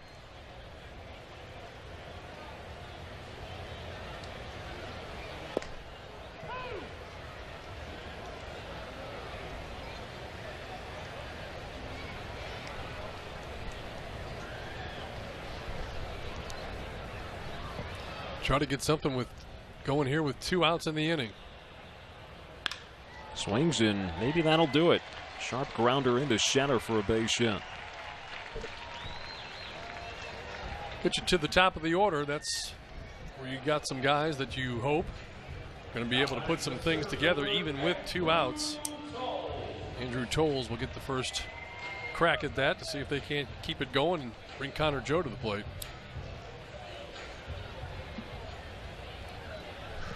Tolles has grounded out twice tonight. Banez will shift to the right side of the infield. Pennington remains on the left side, halfway between 2nd and 3rd. Tolles lines it sharply foul off to the left. That's where we need one of those broken bat singles in the left field. Even the score out a little bit. Or just rip one down the line. That'd be even better.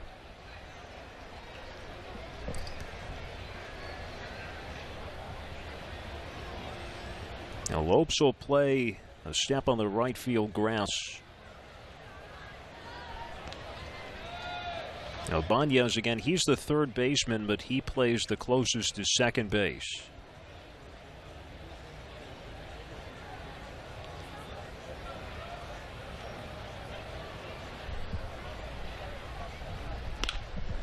Grounded into that shift again.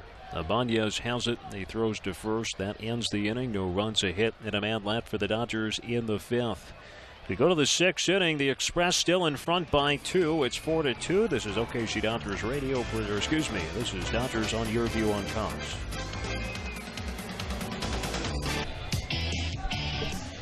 Now Manny Banuelos gave the Dodgers 5 innings in his first start off the disabled list.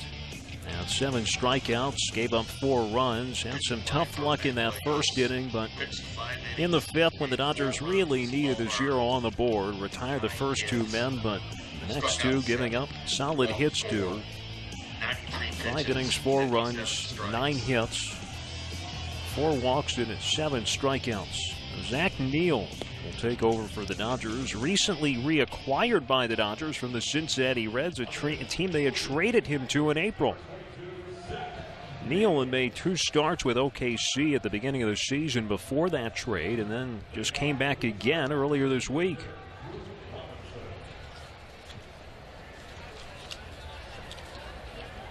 Neal will face the top of the order here in the 6th. Shift on for the lefty Robinson. Takes the first pitch for a strike. Neal in those 2 starts early in the year went 9 2/3, gave up 4 runs and 9 hits. And a move back and forth between the bullpen and rotation when he was with the Reds AAA affiliate in Louisville. Signed as a free agent in the offseason by the Dodgers. Has also made 1 appearance for the Los Angeles Dodgers this season. 1-1 is fouled back. Now first traded on April the 17th. Went to the Reds in exchange for his now current teammate Ariel Hernandez. And then came back on the 4th of July.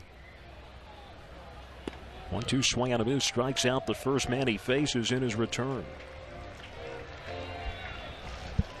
Now it's Neal coming back to the Dodgers along with Dylan Floro, who was activated on the Major League roster today.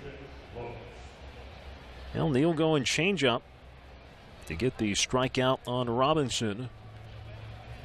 8 total strikeouts by the Dodgers pitching staff tonight. Robinson, 3 of those. Lopes up now. He's walked twice and struck out. Takes the first pitch in. So it was Dylan Floro and Neal coming to the Dodgers from the Reds in exchange for minor leaguers James Marinin and Andres Zavala.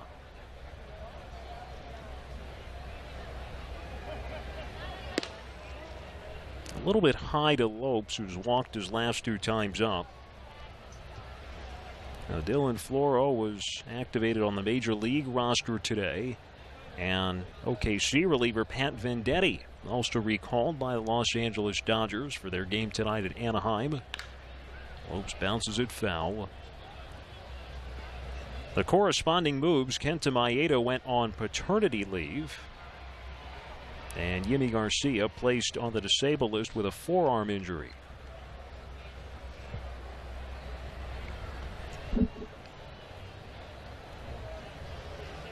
Maeda came back off the DL. He's been pitching well since then. Another strong start left in line for a win as the Dodgers had the Angels down their final strike last night. It was 0-2 with Kenley Jansen on the mound. He threw 4 straight balls to Shohei Ohtani. Ohtani then walked, stole second, went to third on a base hit by David Fletcher. That tied the game.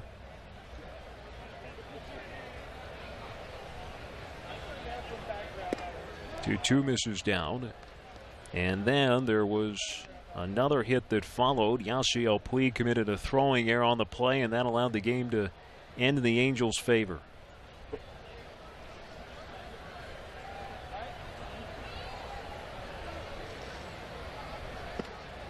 Lopes draws his 3rd walk tonight.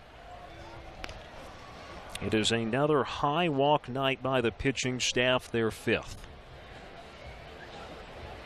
And again, this was a Round Rock team that entered this series tied for last in the league in walks. batting is center fielder Scott Heineman. Brings up Heineman, who's been on base all 3 times with 2 singles and a walk.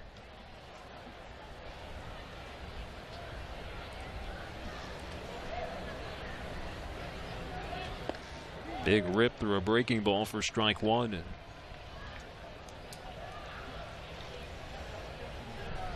Heineman with singles in the first and second, walked in the fourth.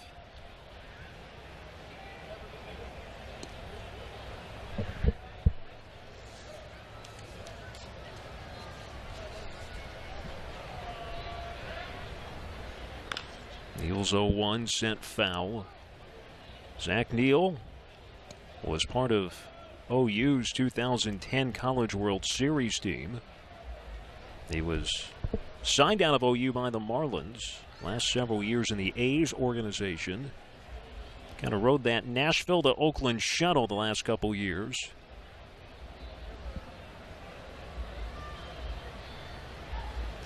Lopes goes and Gale cannot handle it.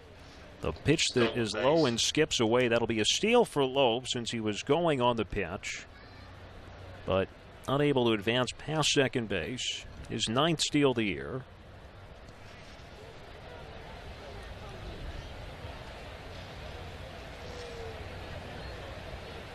Look at the replay.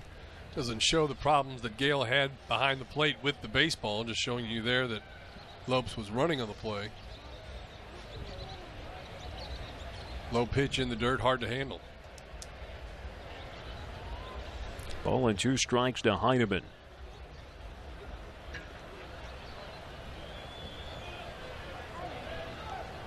Swings and misses for strike 3. Now Neal's not a high strikeout pitcher, but he has struck out 2 of the first 3 he has faced.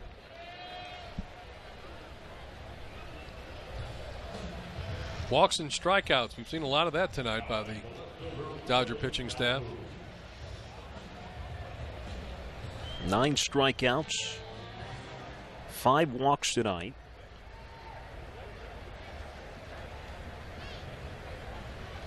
Calhoun now batting left. It's at the opposite way foul. The Dodgers will put a shift on with Peter about 10-15 feet into shallow right. Moore to the right of second. Farmer's got to stay close to third with that runner at second base.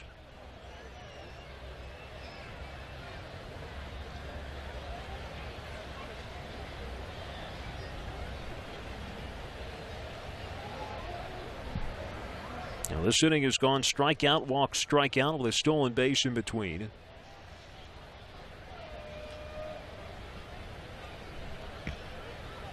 Nothing in 1 to Calhoun, who's 2 for 3.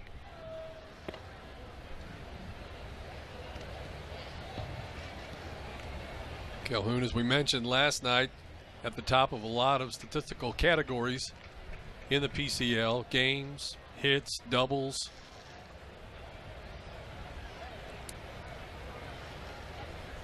Puts the ball in play. Takes a breaking ball down and in. It's an unusual shift there where second baseman is so far into right field, but yet the shortstop is still on the third base side of the second base bag.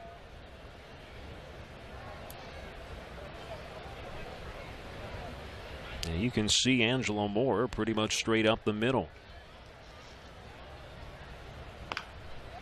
Now Calhoun, a dribbler out in front. Gale calls for it, throws to first. That ends the inning. So Neal with a scoreless inning of work in his return to Oklahoma City. Heading to the bottom of the 6th, the Dodgers still down by a deuce. This is Oklahoma City Dodgers baseball on your view on Cox.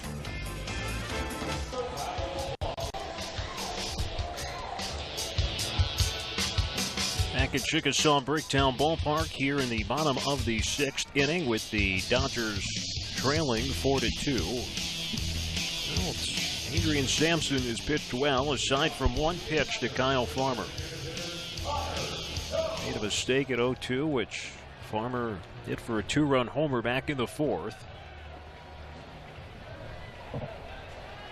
Connor Joe starts off the 6th. Singled his last time up, scored on the Farmer homer. Now he swings it, hits one well into right center field. It's going to land a few feet from Cole, who quickly is able to field and throw it in. That seemed like it just hit a wall somewhere in right center. Thought that was definitely headed further towards the gap.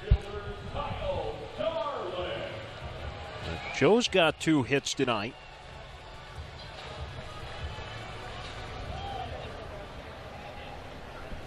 Nice article in the Oklahoman today talking about Connor Joe and his season, his travels.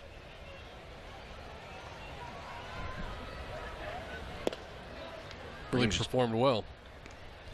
Kyle Garlick 1 for 2.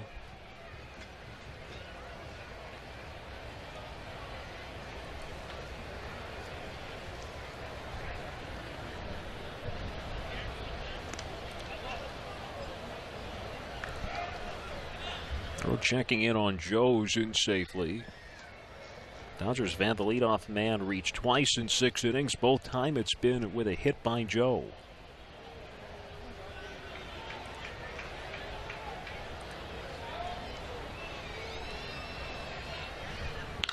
Now Garlick lines one foul, though, off to the left side. Hit it hard. That's just the 75th pitch of the night thus far for Sampson. He's been very economical with his pitch count here into the 6th inning. Let's hope that the Dodgers can stretch him out, get him out of the ball game, and get into their bullpen. Only 84 pitches over 7 innings in his last start.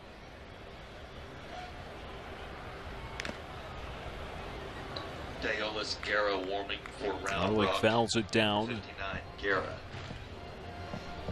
And the Express do have someone throwing in the bullpen, right-hander Dayolis Guerra.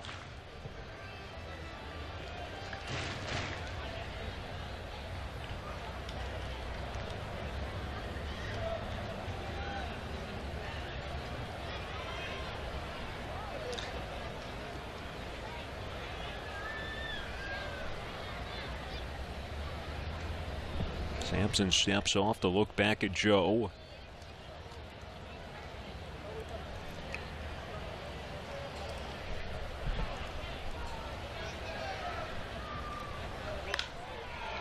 Garlick hits one out of play to the right side. Parent club Los Angeles Dodgers in another close late game in their freeway series against the Los Angeles Angels. They lead 2-1 in the 8th inning. Both Dodgers runs scored in the 5th on a Justin Turner 2-run single. Angels only run a Mike Trout solo homer. His 25th of the season. Close pitch, but taken for ball by Garlick to even up the count. Another good start for Ross Stripling. 6 innings, a run, 3 hits, no walks, 7 strikeouts.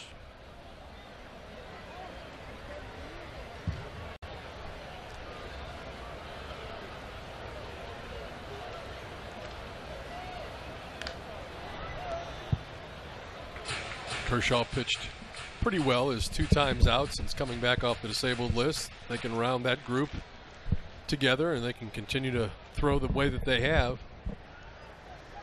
And with the emergence of Max Muncy this year, certainly the Dodgers can be somebody that you can look at as a strong candidate for postseason play and hopefully more. It's been essentially the reverse of the Oklahoma City Dodgers season. The Los Angeles Dodgers got off to a bad start, but have been playing extremely well of late. It has been the inverse here in Oklahoma City. Of course, the LA Dodgers this year benefiting a lot from a guy who's had a great comeback year, who played his high school baseball just down the road over in Midwest City, and Matt Kemp. And Kemp is enjoying he may not be at the top of the talk for MVP, but he certainly deserves some recognition for what he has done. He is having some games and putting up some numbers like he did 3 and 4 years ago. .319 batting average, .552 slugging percentage. Sharp liner again off Garlick's bat. Joe going to hold at second as Calhoun tosses in towards third, and the Dodgers have 2 on with none out in the 6th. Here we go. Here's the big inning we've been waiting for. I'm going to hold you to it. All right, that's fine. I'm due. No doubt about that one. Garlick turned and stroked it in the left. Joe with a single, Garlick with a single, Rios and Farmer yet to follow, and some stirring again in that bullpen for Round Rock. Rios is 0 for 2 tonight.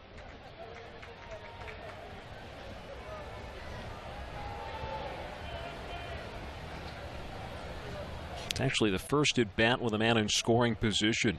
As the pitch misses down and away, the 2-run homer by Farmer came with the man at first. Dodgers the last 2 nights, 2 for 18 with men in scoring position, 1 for 9 each night. And we talked about, yes, there have been a lot of pitching struggles during these last 18 games, but situational hitting has certainly been a factor as well.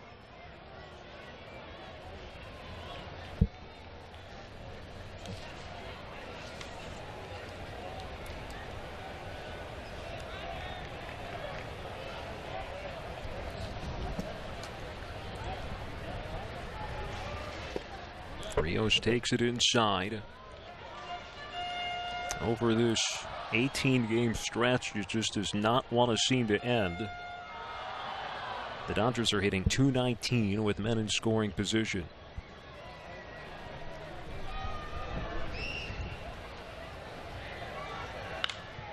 Rios hits it out of play to the left. Finish my thought on Matt Kemp. I remember calling more of his basketball games than I did his baseball games, and he played with a guy named Sheldon Williams, who was a lottery pick. Went and played his college basketball at Duke, and that's a pretty good little duo that they had there. And they had some other great athletes on that Midwest City basketball team. Loudest the crowd has probably been tonight.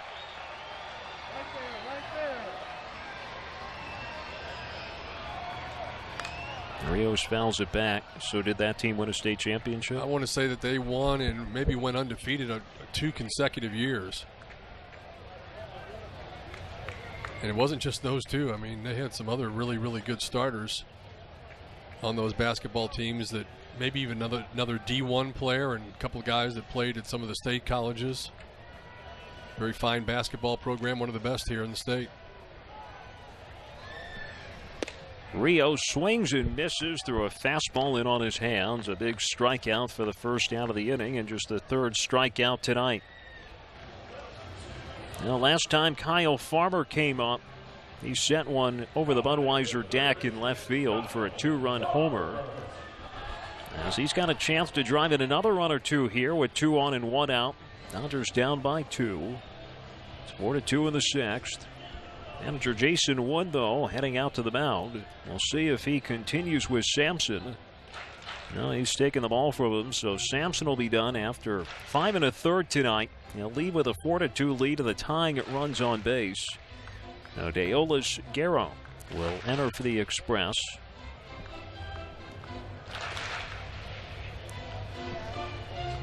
Guerra jogs in from the bullpen as the Dodgers again trying to avoid losing the first 4 games of this series, trying to avoid a 10-game home losing streak, which would set a ballpark record. The incomplete line on Sampson, as he is still responsible for the men on base. Worked into the 6th. Charged with 2 runs thus far. Guerra will try and keep it at just 2. Again, only 3 strikeouts on the night, but he did not allow a walk.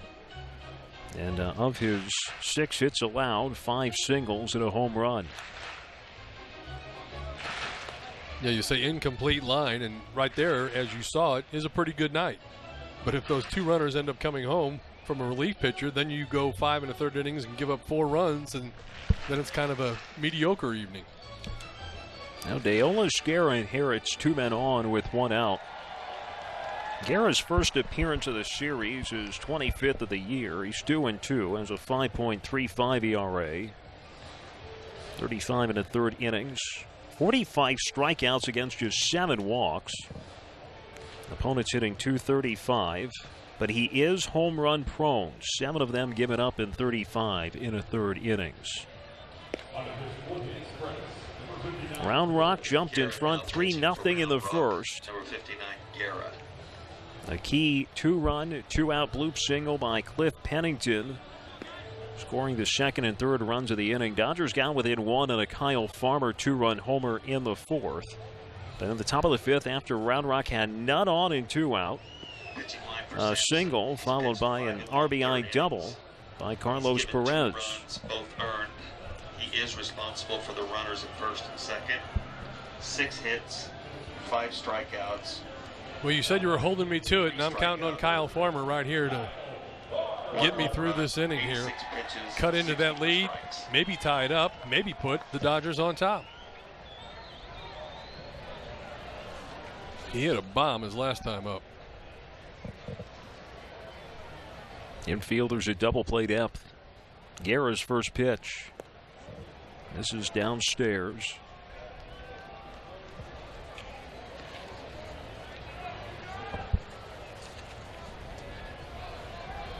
Guerra this season has inherited 9 runners, 3 have scored. It's been really good retiring 18 of 21 first batters faced. Sets just above his belt. 1-0 grounded to short. 2 hops to Pennington. Over to Lopes for 1. Over to first. A double play. Dodgers get the first 2 men on, but can't do anything with it as the frustrations and the struggles continue. You're watching Your View on Cox.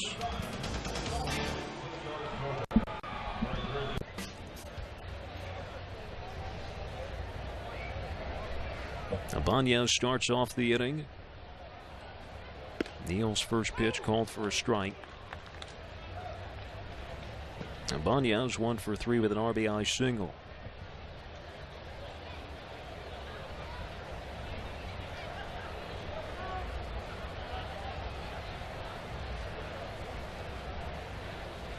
Neal from Flower Mound, Texas.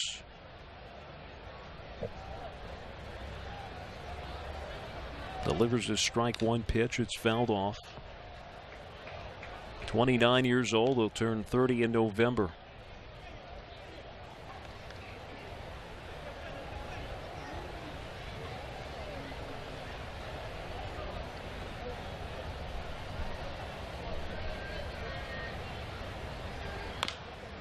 Weak grounder, foul the left. The unofficial ball boy, Alex Verdugo, on it.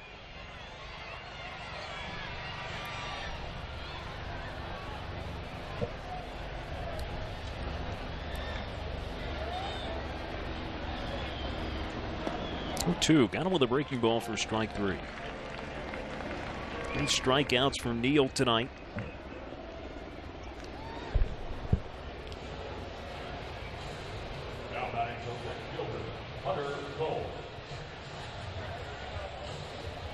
Now Ibanez down swinging. 10 strikeouts by the pitching staff. Hunter Cole coming up. He's 0 for 3 with 3 strikeouts.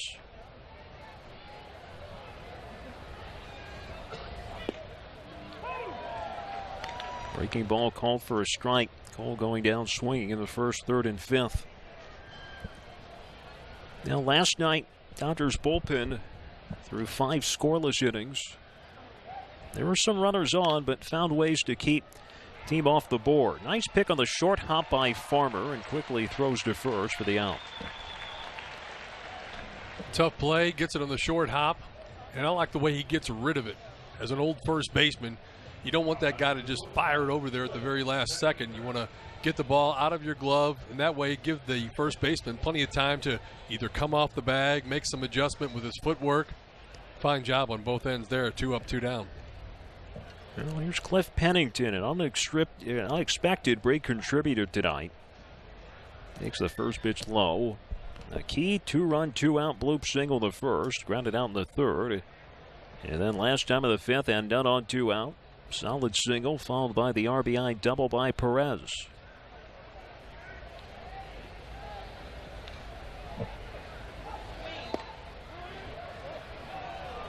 just missed inside. As we mentioned, 89er throwback night tonight. Had a good time with some of the older guys, the guys my age that remember the 89ers. Of course, they were here from 1962 until 1997, talking about some of the great players that had passed through during that time. Ryan Sandberg's name came up. Of course, he was in the farm system with the Phillies back in the day. And then, of course, you talk about J.R. Richard, who won 10 games for the 89ers back in 1972, and a young phenom named Ruben Sierra that came by in 1986. Dodgers pitching coach Bill Seamus, I believe, has been ejected from this game. As after that last pitch, Paul Clemens turned towards the Dodgers dugout, gave the heave-ho, and I've seen Seamus leave his usual post and looking like he's heading down the tunnel. Now, usually when an ejection like that happens, someone will go out and express their displeasure with the umpire. But Bill Seamus just added his papers aside and walked back into the clubhouse. I think part of it is that you go out there, you're going to face a fine, maybe a suspension, and quitting while he was ahead, so to speak. Mm-hmm.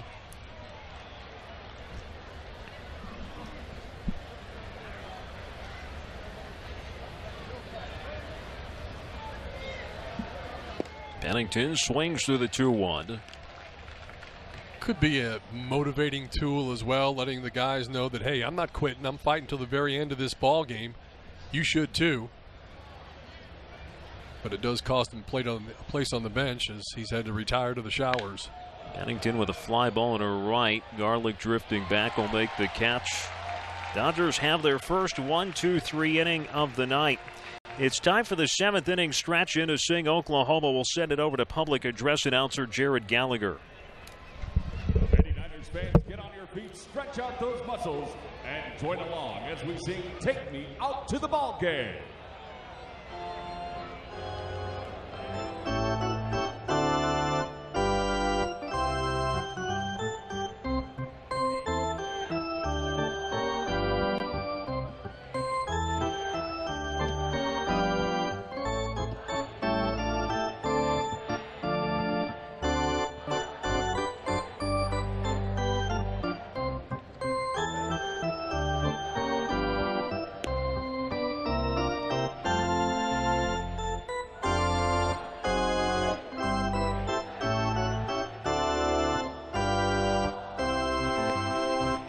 Now let's sing along to our state song, Oklahoma.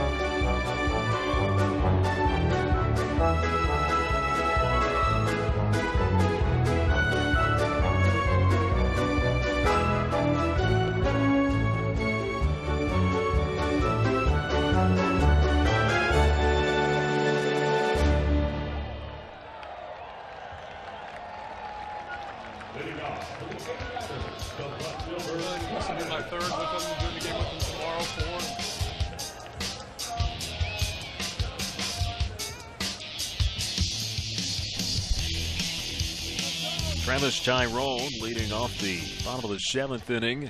Dodgers still down 4-2. Garrett got a big pitch for an inning-ending double play to squash out any kind of momentum the Dodgers had building.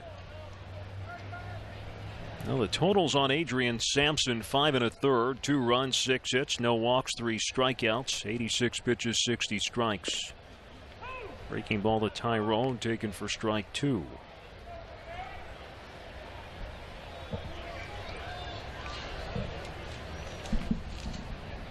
Garrett's 6'5", 245 pounds. Strikes out Tyrone on 3 pitches.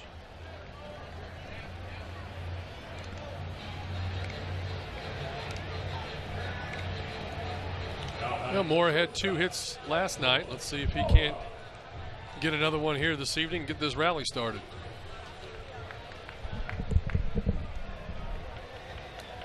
It's grounded out and flied out.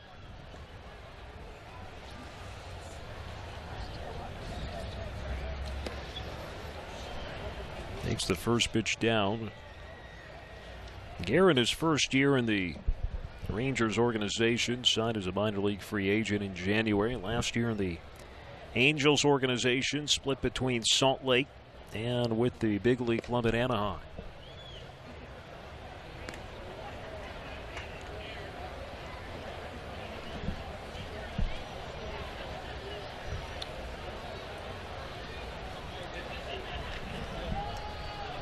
Behind it, 2-0.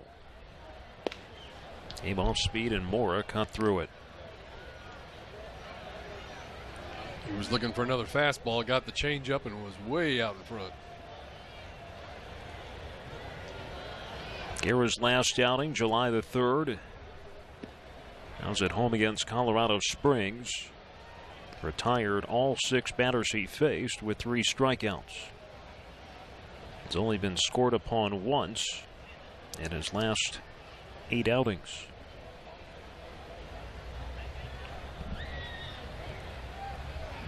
Imposing figure out on the mound. This is low, and there's a rare walk drawn by the Dodgers.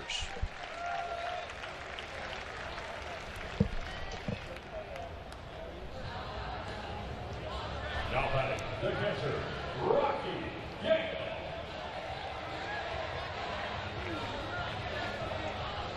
Brings the tying run to the plate.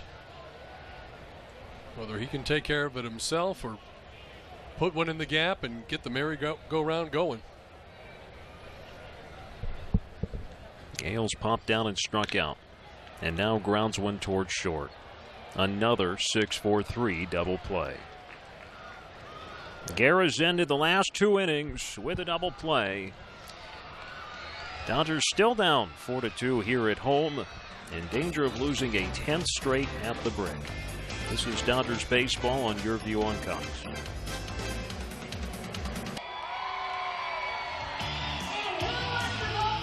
Top Gun dance contest here on 89ers night at Chickasaw Bricktown Ballpark. I don't know if Tom Cruise had those kind of moves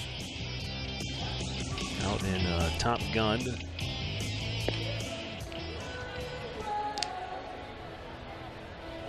I hope she won. Gave it her best, that's for sure. Late in this game, it is a 4-2 Round Rock lead. The script extremely similar to last night. Round Rock jumps in front early. Dodgers can't get much going at the plate. First pitch to Carlos Perez. Good for a strike.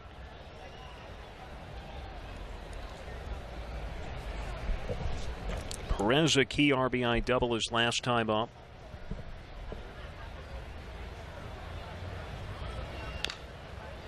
You take away that first inning, Alex, when they had 5 hits and 3 runs. Since that point, they've given up 1 run on 4 hits. And as we both discussed over and over again, a couple of those hits in that first inning were of less than a line drive type variety.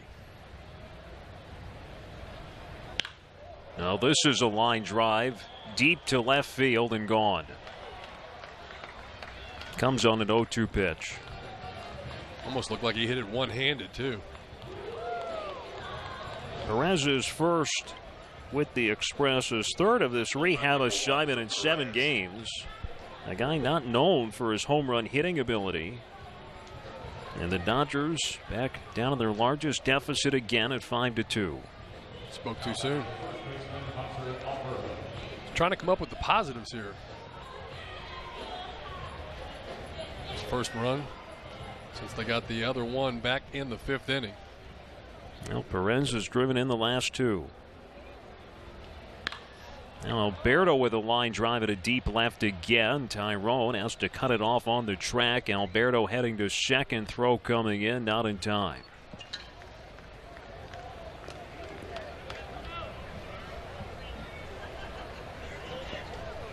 Alberto now on an 8-game hitting streak. 12th double for Alberto.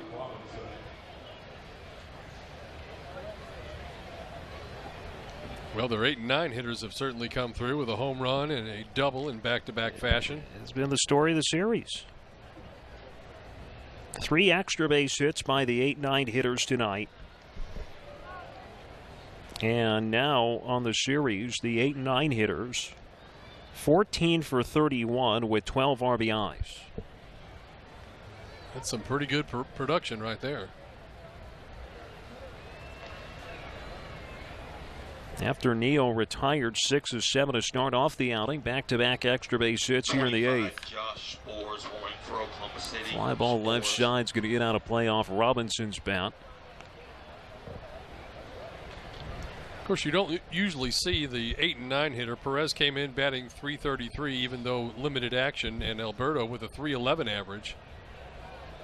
Those guys are usually somewhere in the middle of the lineup or the top at least.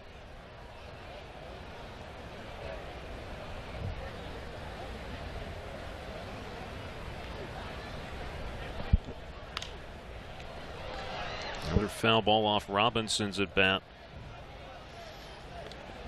Josh Spores loosening in the Dodgers bullpen. Again, if you weren't with us earlier, lost a key reliever, Pat Venditti, called up today. So he likely will not pitch in the AAA All-Star game on Wednesday, but that's okay for him. Certainly a better opportunity at the big league level. Robinson strikes out for the 4th time tonight. Boy, he has been hot and cold in this series. He's been really more all or nothing from game to game. Now batting the second baseman, Christian Lopez. Take a look once again. Got a high fastball, it looked like, and he just swung right through it. Lopes has walked in 3 consecutive plate appearances. Swings and hits one out of play behind the plate. The Dodgers entered today a game and a half out of first place, the most they've been out of first place all season. Colorado Springs leading at home. It's 5-1 in the 7th inning against New Orleans. Now, if the current scores hold, the Dodgers will fall to 2.5 out. And that will have meant an 8.5 game swing over 19 games. Grounder off the foot of Neal, comes to Peter, turns and throws to first, and he got him by a step. A sharp grounder, looking that it was headed towards the middle. Neal deflects it. The left foot, kicking it in the air, as then Peter had to change directions and makes a strong throw to first to barely get Lopes for the out. Score that 1-4-3 in your score books if you're keeping score at home. Now, you probably guessed that I kept score at home when I was younger. Can you say the same?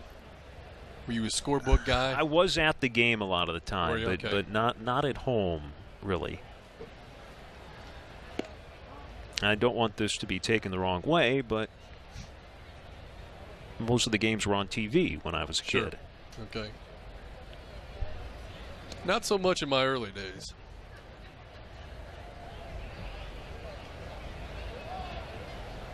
It's before every game, though, was on TV like it is these days. And speaking of televised games, we'll be back again tomorrow. Finish out this series. It's a 1:05 start. Some Sunday afternoon baseball here at Chickasaw Bricktown Ballpark. I should say 1:05 first pitch. We'll be on the air at 1. Heineman with a grounder to third. Farmer backhands, throws to first, and a little bit high, but the big-bodied Rios able to reach up and get it. So that will end the inning. The good news is that Neal able to work around that double with nobody out. The bad news is Perez hit a home run before. The Dodgers have 6 outs to get 3 runs here on Your View on Cox. Don't miss out on the next Pizza Hut All-You-Can-Eat night. It's coming up on Saturday, July the 28th, with the Dodgers face the El Paso Chihuahuas. Pizza Hut All-You-Can-Eat packages are available for groups of 10 or more and include all-you-can-eat food, an Oklahoma City Dodgers hat, and a game ticket. Call 405-218-2100 for more information. First pitch called for a strike to Jake Peter. Dale Esquera has been impressive. Inherited 2 on with 1 out in the 6th, gets a double play. Last inning, walked a man with 1 out, promptly got another double play. Peters 1 for 2 in the count. Now with a ball and a strike.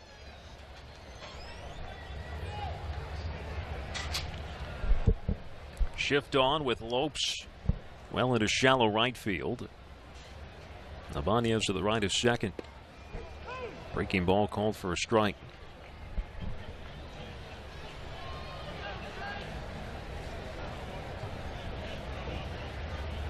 Guerra only needing 10 pitches to record 5 outs so far. Peter chases in the dirt for strike 3.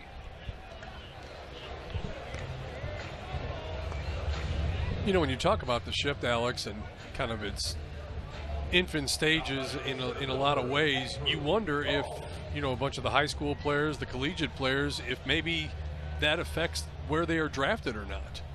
I mean, you'd like to think that somebody could make adjustments as they go through a minor league system, or do they just see somebody as a straight pull hitter and therefore maybe he falls a little bit in the draft as compared to some others?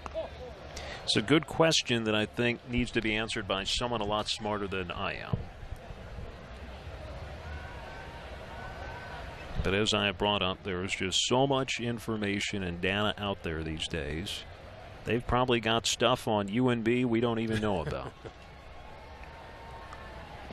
He goes to this phrase on 1-2 counts X% of the time. Well, Andrew Toles is 0 for 3 tonight. Oh, it has been an awfully tough series for him. 0 for 16 now, and he is constantly, as you brought up the shift, grounded into that shift on his pull sign. Well, he's not going to do it this time. A solid liner into right center field.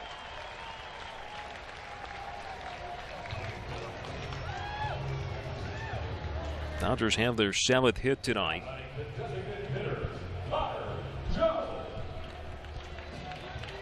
Runner board for Connor Joe with hits in his last 2 at-bats.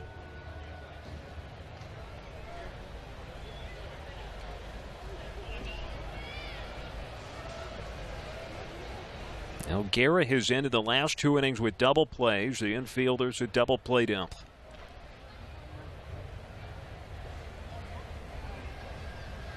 Toles goes. Pitch called for a strike. Throw down to second is not in time. Short hop Lopes. A good throw probably gets Toles. Now that's, I don't want to say desperation, but really trying to make something happen down by 3 late in the game. That's not something you tend to see. Number 2 for Toles. But it worked out in the Dodgers' favor. Might have been as much just trying to stay out of the double plays you mentioned, too. Joe starts his swing, able to hold it. Evens up the count.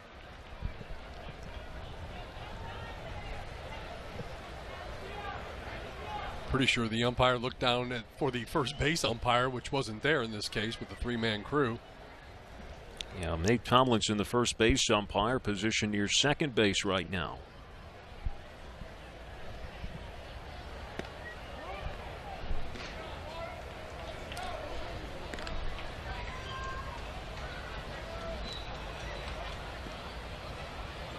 Typically a 4-man crew you'd see in Major League Baseball with umpires at all the bases.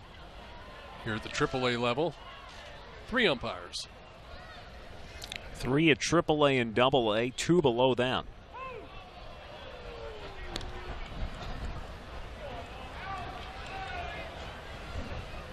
Round Rock's got a lefty getting up in the bullpen. Spores still milling about the Dodgers bullpen.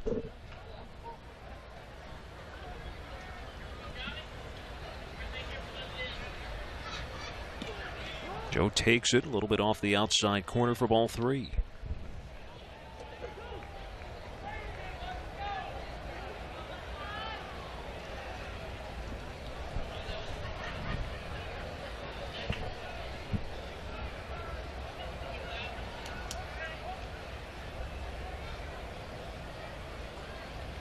Guerra looking back at Tolles.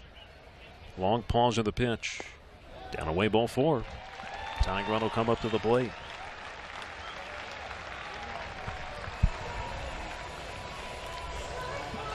Nobody's hotter than Kyle Garlick. 2 for 3 tonight. Had a big double last night, homered earlier in the series.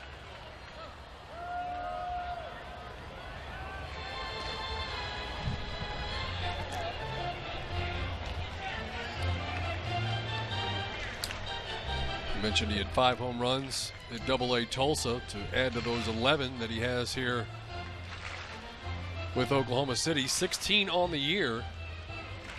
It's a pretty good number to have at any level at this time of the season. Left-hander Jeffrey Springs, the man warming up in Round Rock's bullpen. Jeffrey Springs warming for Round Rock.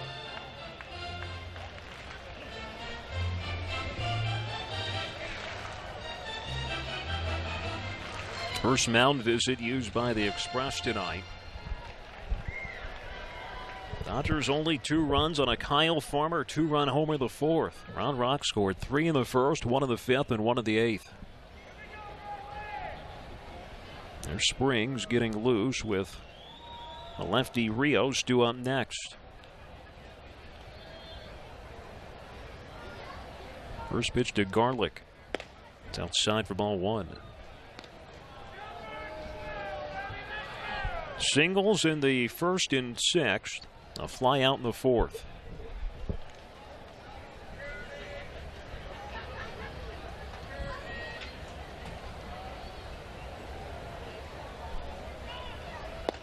One-0 fastball, hard and down to the zone for strike 1.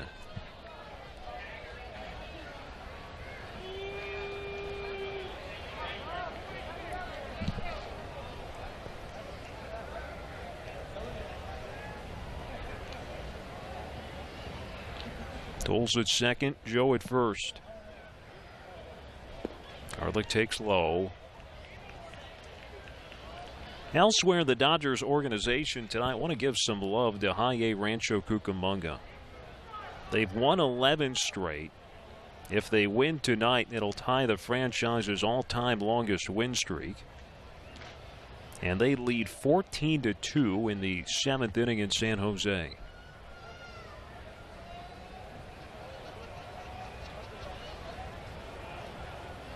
Here's the 2-1. Garlick starts his swing, and they say went. Oh, that was awfully close.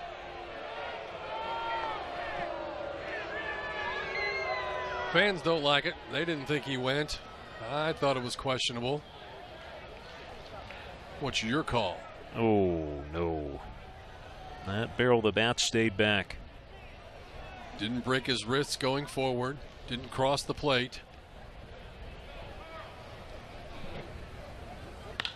Hits one in the air to shallow center, and Robinson has to play it on a bounce. Well, the throw cut off behind the mound by Alberto. The Dodgers have the bases loaded with 1 out in the 8th. There's one of those bleeders we've been looking for. Didn't get a lot on it. But just enough. Well, you know, and protected with 2 strikes. Oh, yeah, definitely a good piece of hitting. It's a 3-hit night for Garlick. The bases loaded for Edwin Rios.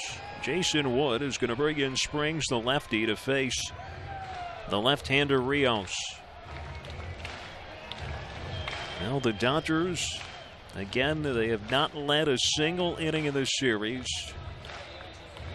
Guerra will leave with 2 innings pitched, but he is responsible for all the men on base. He stranded a couple of inherited runners as well. But the Dodgers have had 3 straight reach here with 1 out.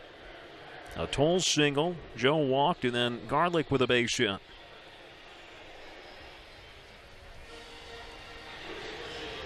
Now Springs will inherit the bases loaded. 1 out here in the bottom of the 8th inning.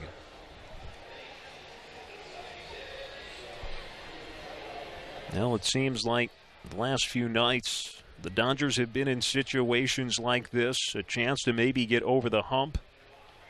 And the Round Rock pitching staff has always found a way to turn things back in their favor.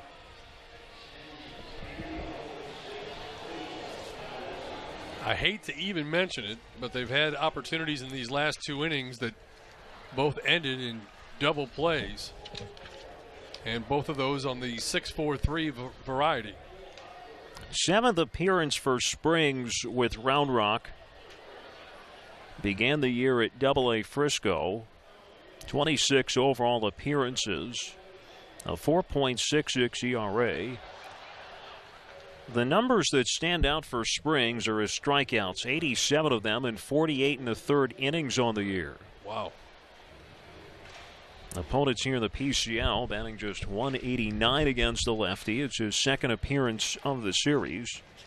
Now Springs in the series opener on Wednesday night worked 2 innings. The Dodgers did get to him for 2 runs and 4 hits, however.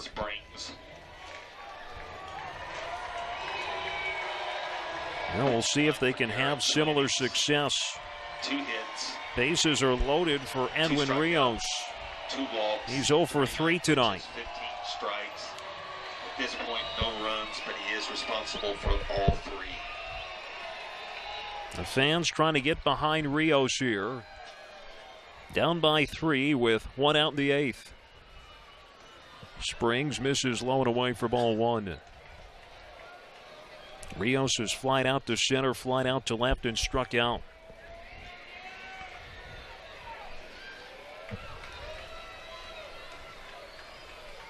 (1-0).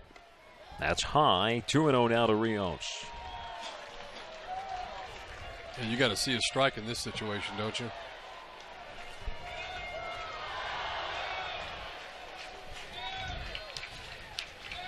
Well, yes, but you don't want to let a fastball go right down the plate either.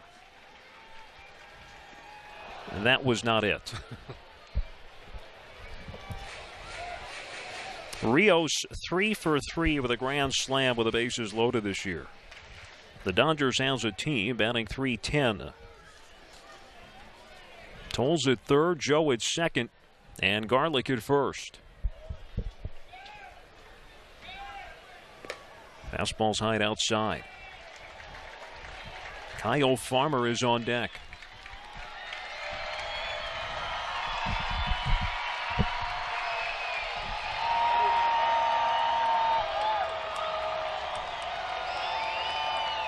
A hitter's count for Rios with the bases loaded. And it's taken for a strike down to the zone.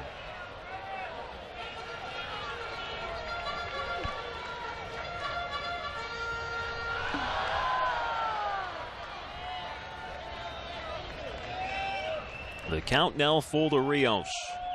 Big pitch coming up. Time is called.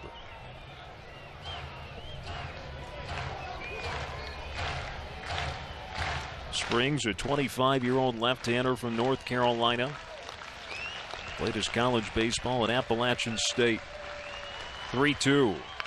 Swinging a high fly ball towards the seats. Ibanez reaches out. It's out of play. That's the best thing that could have happened.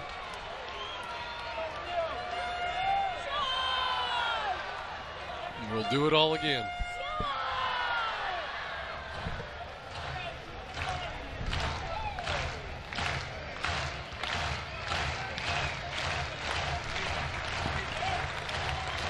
Ball game on the line. Still just the 8th inning, but this is the situation that you're looking for to take advantage of. Rios was hit by a pitch against Springs, and he'll take low for ball 4. That'll bring home a run. The 4th straight to reach base. Here with 1 out in the 8th inning, they stay loaded for Kyle Farmer. Well, it wasn't even close. Farmer 1 for 3 tonight. That 2-run homer coming in the fourth, and that was the Dodgers' only runs until that last pitch. Bases stay loaded for Farmer. Hits one out of play to the right side. So now the tying runs in scoring position. The go-ahead run at first with 1 out for Farmer, who last time up had 2 on, 1 out, hit into a double play.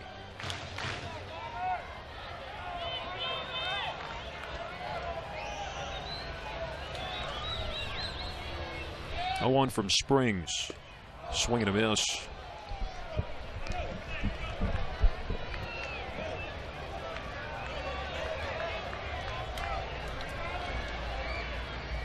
Springs now ahead at no balls, 2 strikes. Farmer's home run came on an 0-2 pitch earlier. Springs delivers low, blocked by Perez. Looks like a wild pitch in this situation.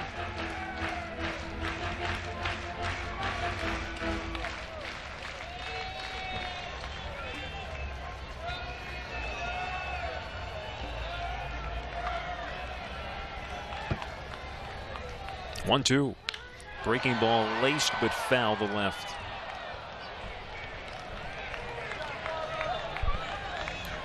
Left it up high, but way out in front was Farmer.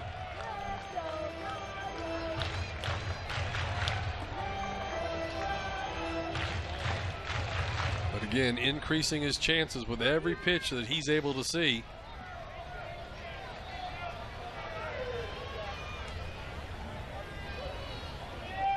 Springs briefly steps off the rubber.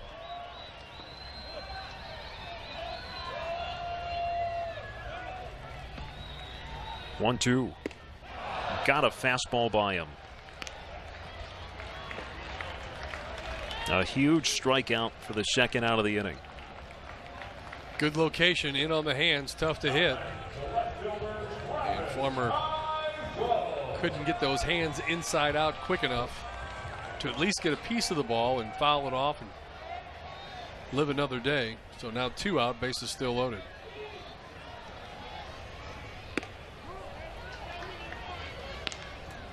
Tyrone takes the first pitch high. He's 0 for 3. On the season, 1 for 5 with the bases loaded.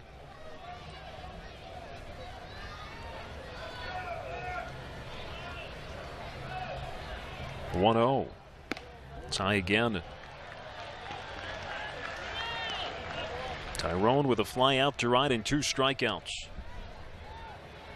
Inning start with a strikeout by Peter. Toll singled, Stoll second, Joe walked, Garlick singled. Rios walked with the bases loaded before the strikeout by Farmer. Tyrone takes a fastball for a strike.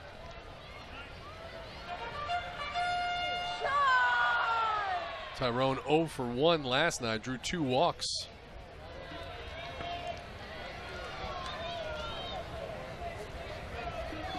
Two, 1 from Springs. That's inside, way inside for ball 3. Angelo Mora on deck. Will he get a chance this inning?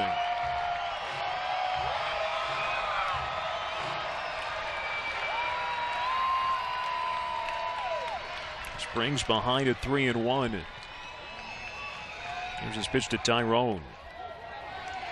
Little bit in, ball 4. Wow.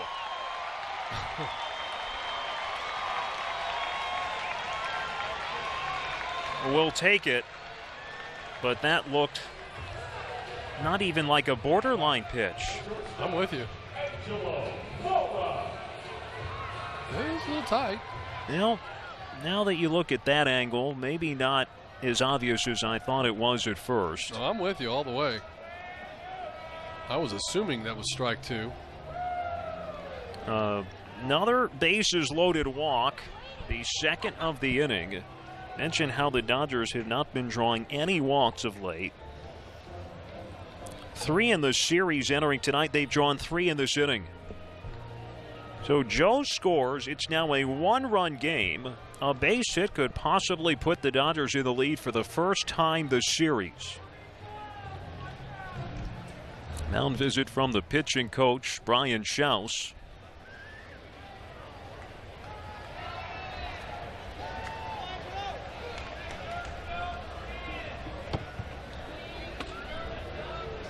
Bases stay loaded for Angelo Mora.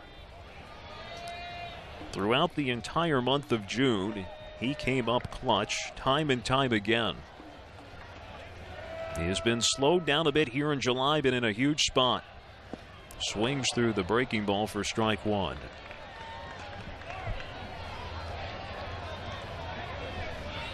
Mora tonight, 0 for 2 with a walk. Dodgers have gotten within one. It's the closest they've been all night.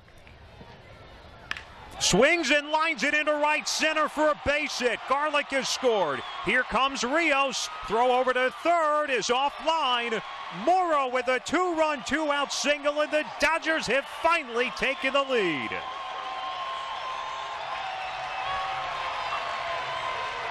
He laced it too. Right back up over the second baseman's head. No doubt about it. Runners on the bases going with contact. So the second run easily getting to the plate, and the Dodgers now take the lead 6-5 in the bottom of the 8th. And with that, it is Brian Schlitter who now begins to throw in the Dodgers bullpen. Rocky Gale looks to give the Dodgers breathing room. Swings to the first pitch high for strike one. The Dodgers have now batted around this inning.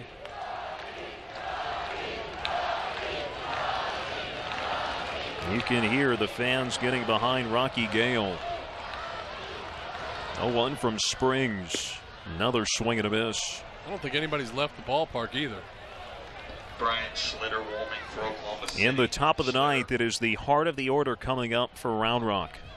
Guerra ends the evening with 3 earned runs. Gale trying to give the Dodgers more breathing room. He won't. Swings and misses for strike 3, but the Dodgers have taken the lead. A 4-run rally here in the bottom of the 8th inning. A couple of bases loaded walks before the big hit by Angelo Mora. We'll see if the Dodgers can hang on heading into the 9th. This is Dodgers baseball on Your View on Cox. Well, the Dodgers fans, the most to be excited about in a long time here at Chickasaw Bricktown Ballpark. A 9-game home losing streak entering tonight. They score 4 in the bottom of the 8th inning. Will take a 1-run lead into the 9th, looking to hang on. They lead it now 6-5. Brian Schlitter will be the new pitcher for the Dodgers. He'll have to deal with Calhoun, Ibanez, and Cole. Nothing has come easy for the Dodgers at home of late. Steve and I were here about 10 days ago. They had a 9-7 lead heading to the 9th against Nashville. Bullpen had been on a roll, but Nashville then exploded for 3 runs and stole one. If the Dodgers hang on for that one, we're not talking about a lengthy home losing streak. A home run, 42 pitches, 34 strikes. Well, Schlitter comes on, and this is where you really, the leadoff man becomes so important in a situation like this, especially this guy, who's already 2 for 4 in the night, Willie Calhoun.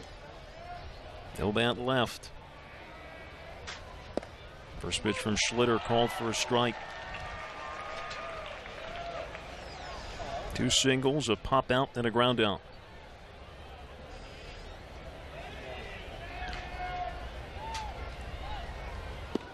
A 1 misses down. Schlitter pitched in a 9-save situation 2 nights ago. Ended up giving up a run on 2 hits, no walks, no strikeouts. Calhoun with a grounder right side. Diving stop by Peter. Throws from his knees to first.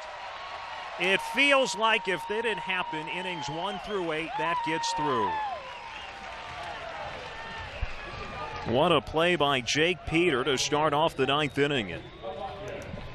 Having it go to his right, extends, makes the stop, and then gets up quickly and fires to first base to get the out.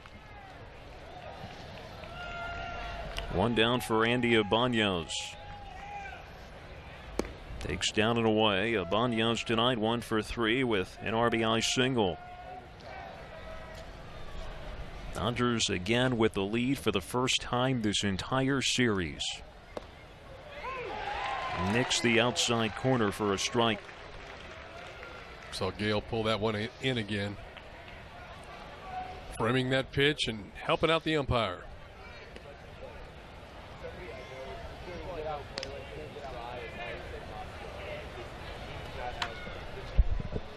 Round Rock has had yet another 11-hit game. Their 5th consecutive one with at least that many hits. Breaks his bat as he fouls it off to the right.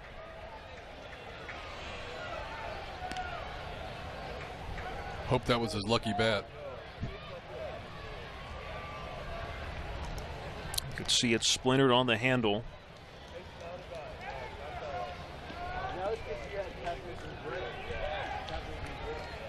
Took a trip a couple years ago. We got snowed out in Cincinnati. Went down to Louisville. Went to the Louisville Slugger factory. You ever been there? I have. It's interesting. Once when I was like 13 or 14. 2-2 called for strike 3. Ibanez clearly perturbed by the call. Now batting for the Express, third right fielder, Hunter Cole.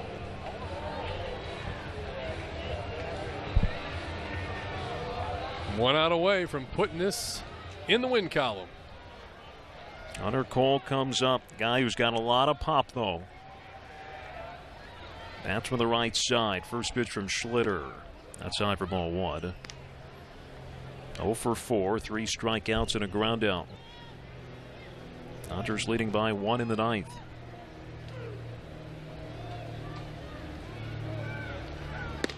That's good for a strike. Now, these fans have been supportive tonight. We need them to make some noise right now.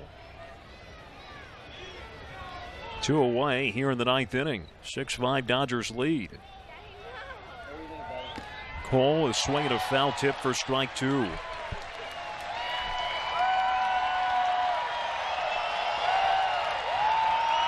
announced attendance tonight over 10,300. A ball and 2 strikes to Cole. Here's Schlitter's pitch. Swinging a grounder. 2 hops to Peter. He's got it. He'll throw to first. This home losing streak has finally come to an end as the Dodgers storm back. A 4-run bottom of the 8th inning leads the way to a 6-5 win. And finally, for the first time in a while, we see the Dodgers shaking hands and giving high fives on the mound at home plate. And I'm sure everyone can exhale a little bit. All smiles for now after a few heartbreakers. And again, 6-5 the final tonight as the Dodgers come back to win.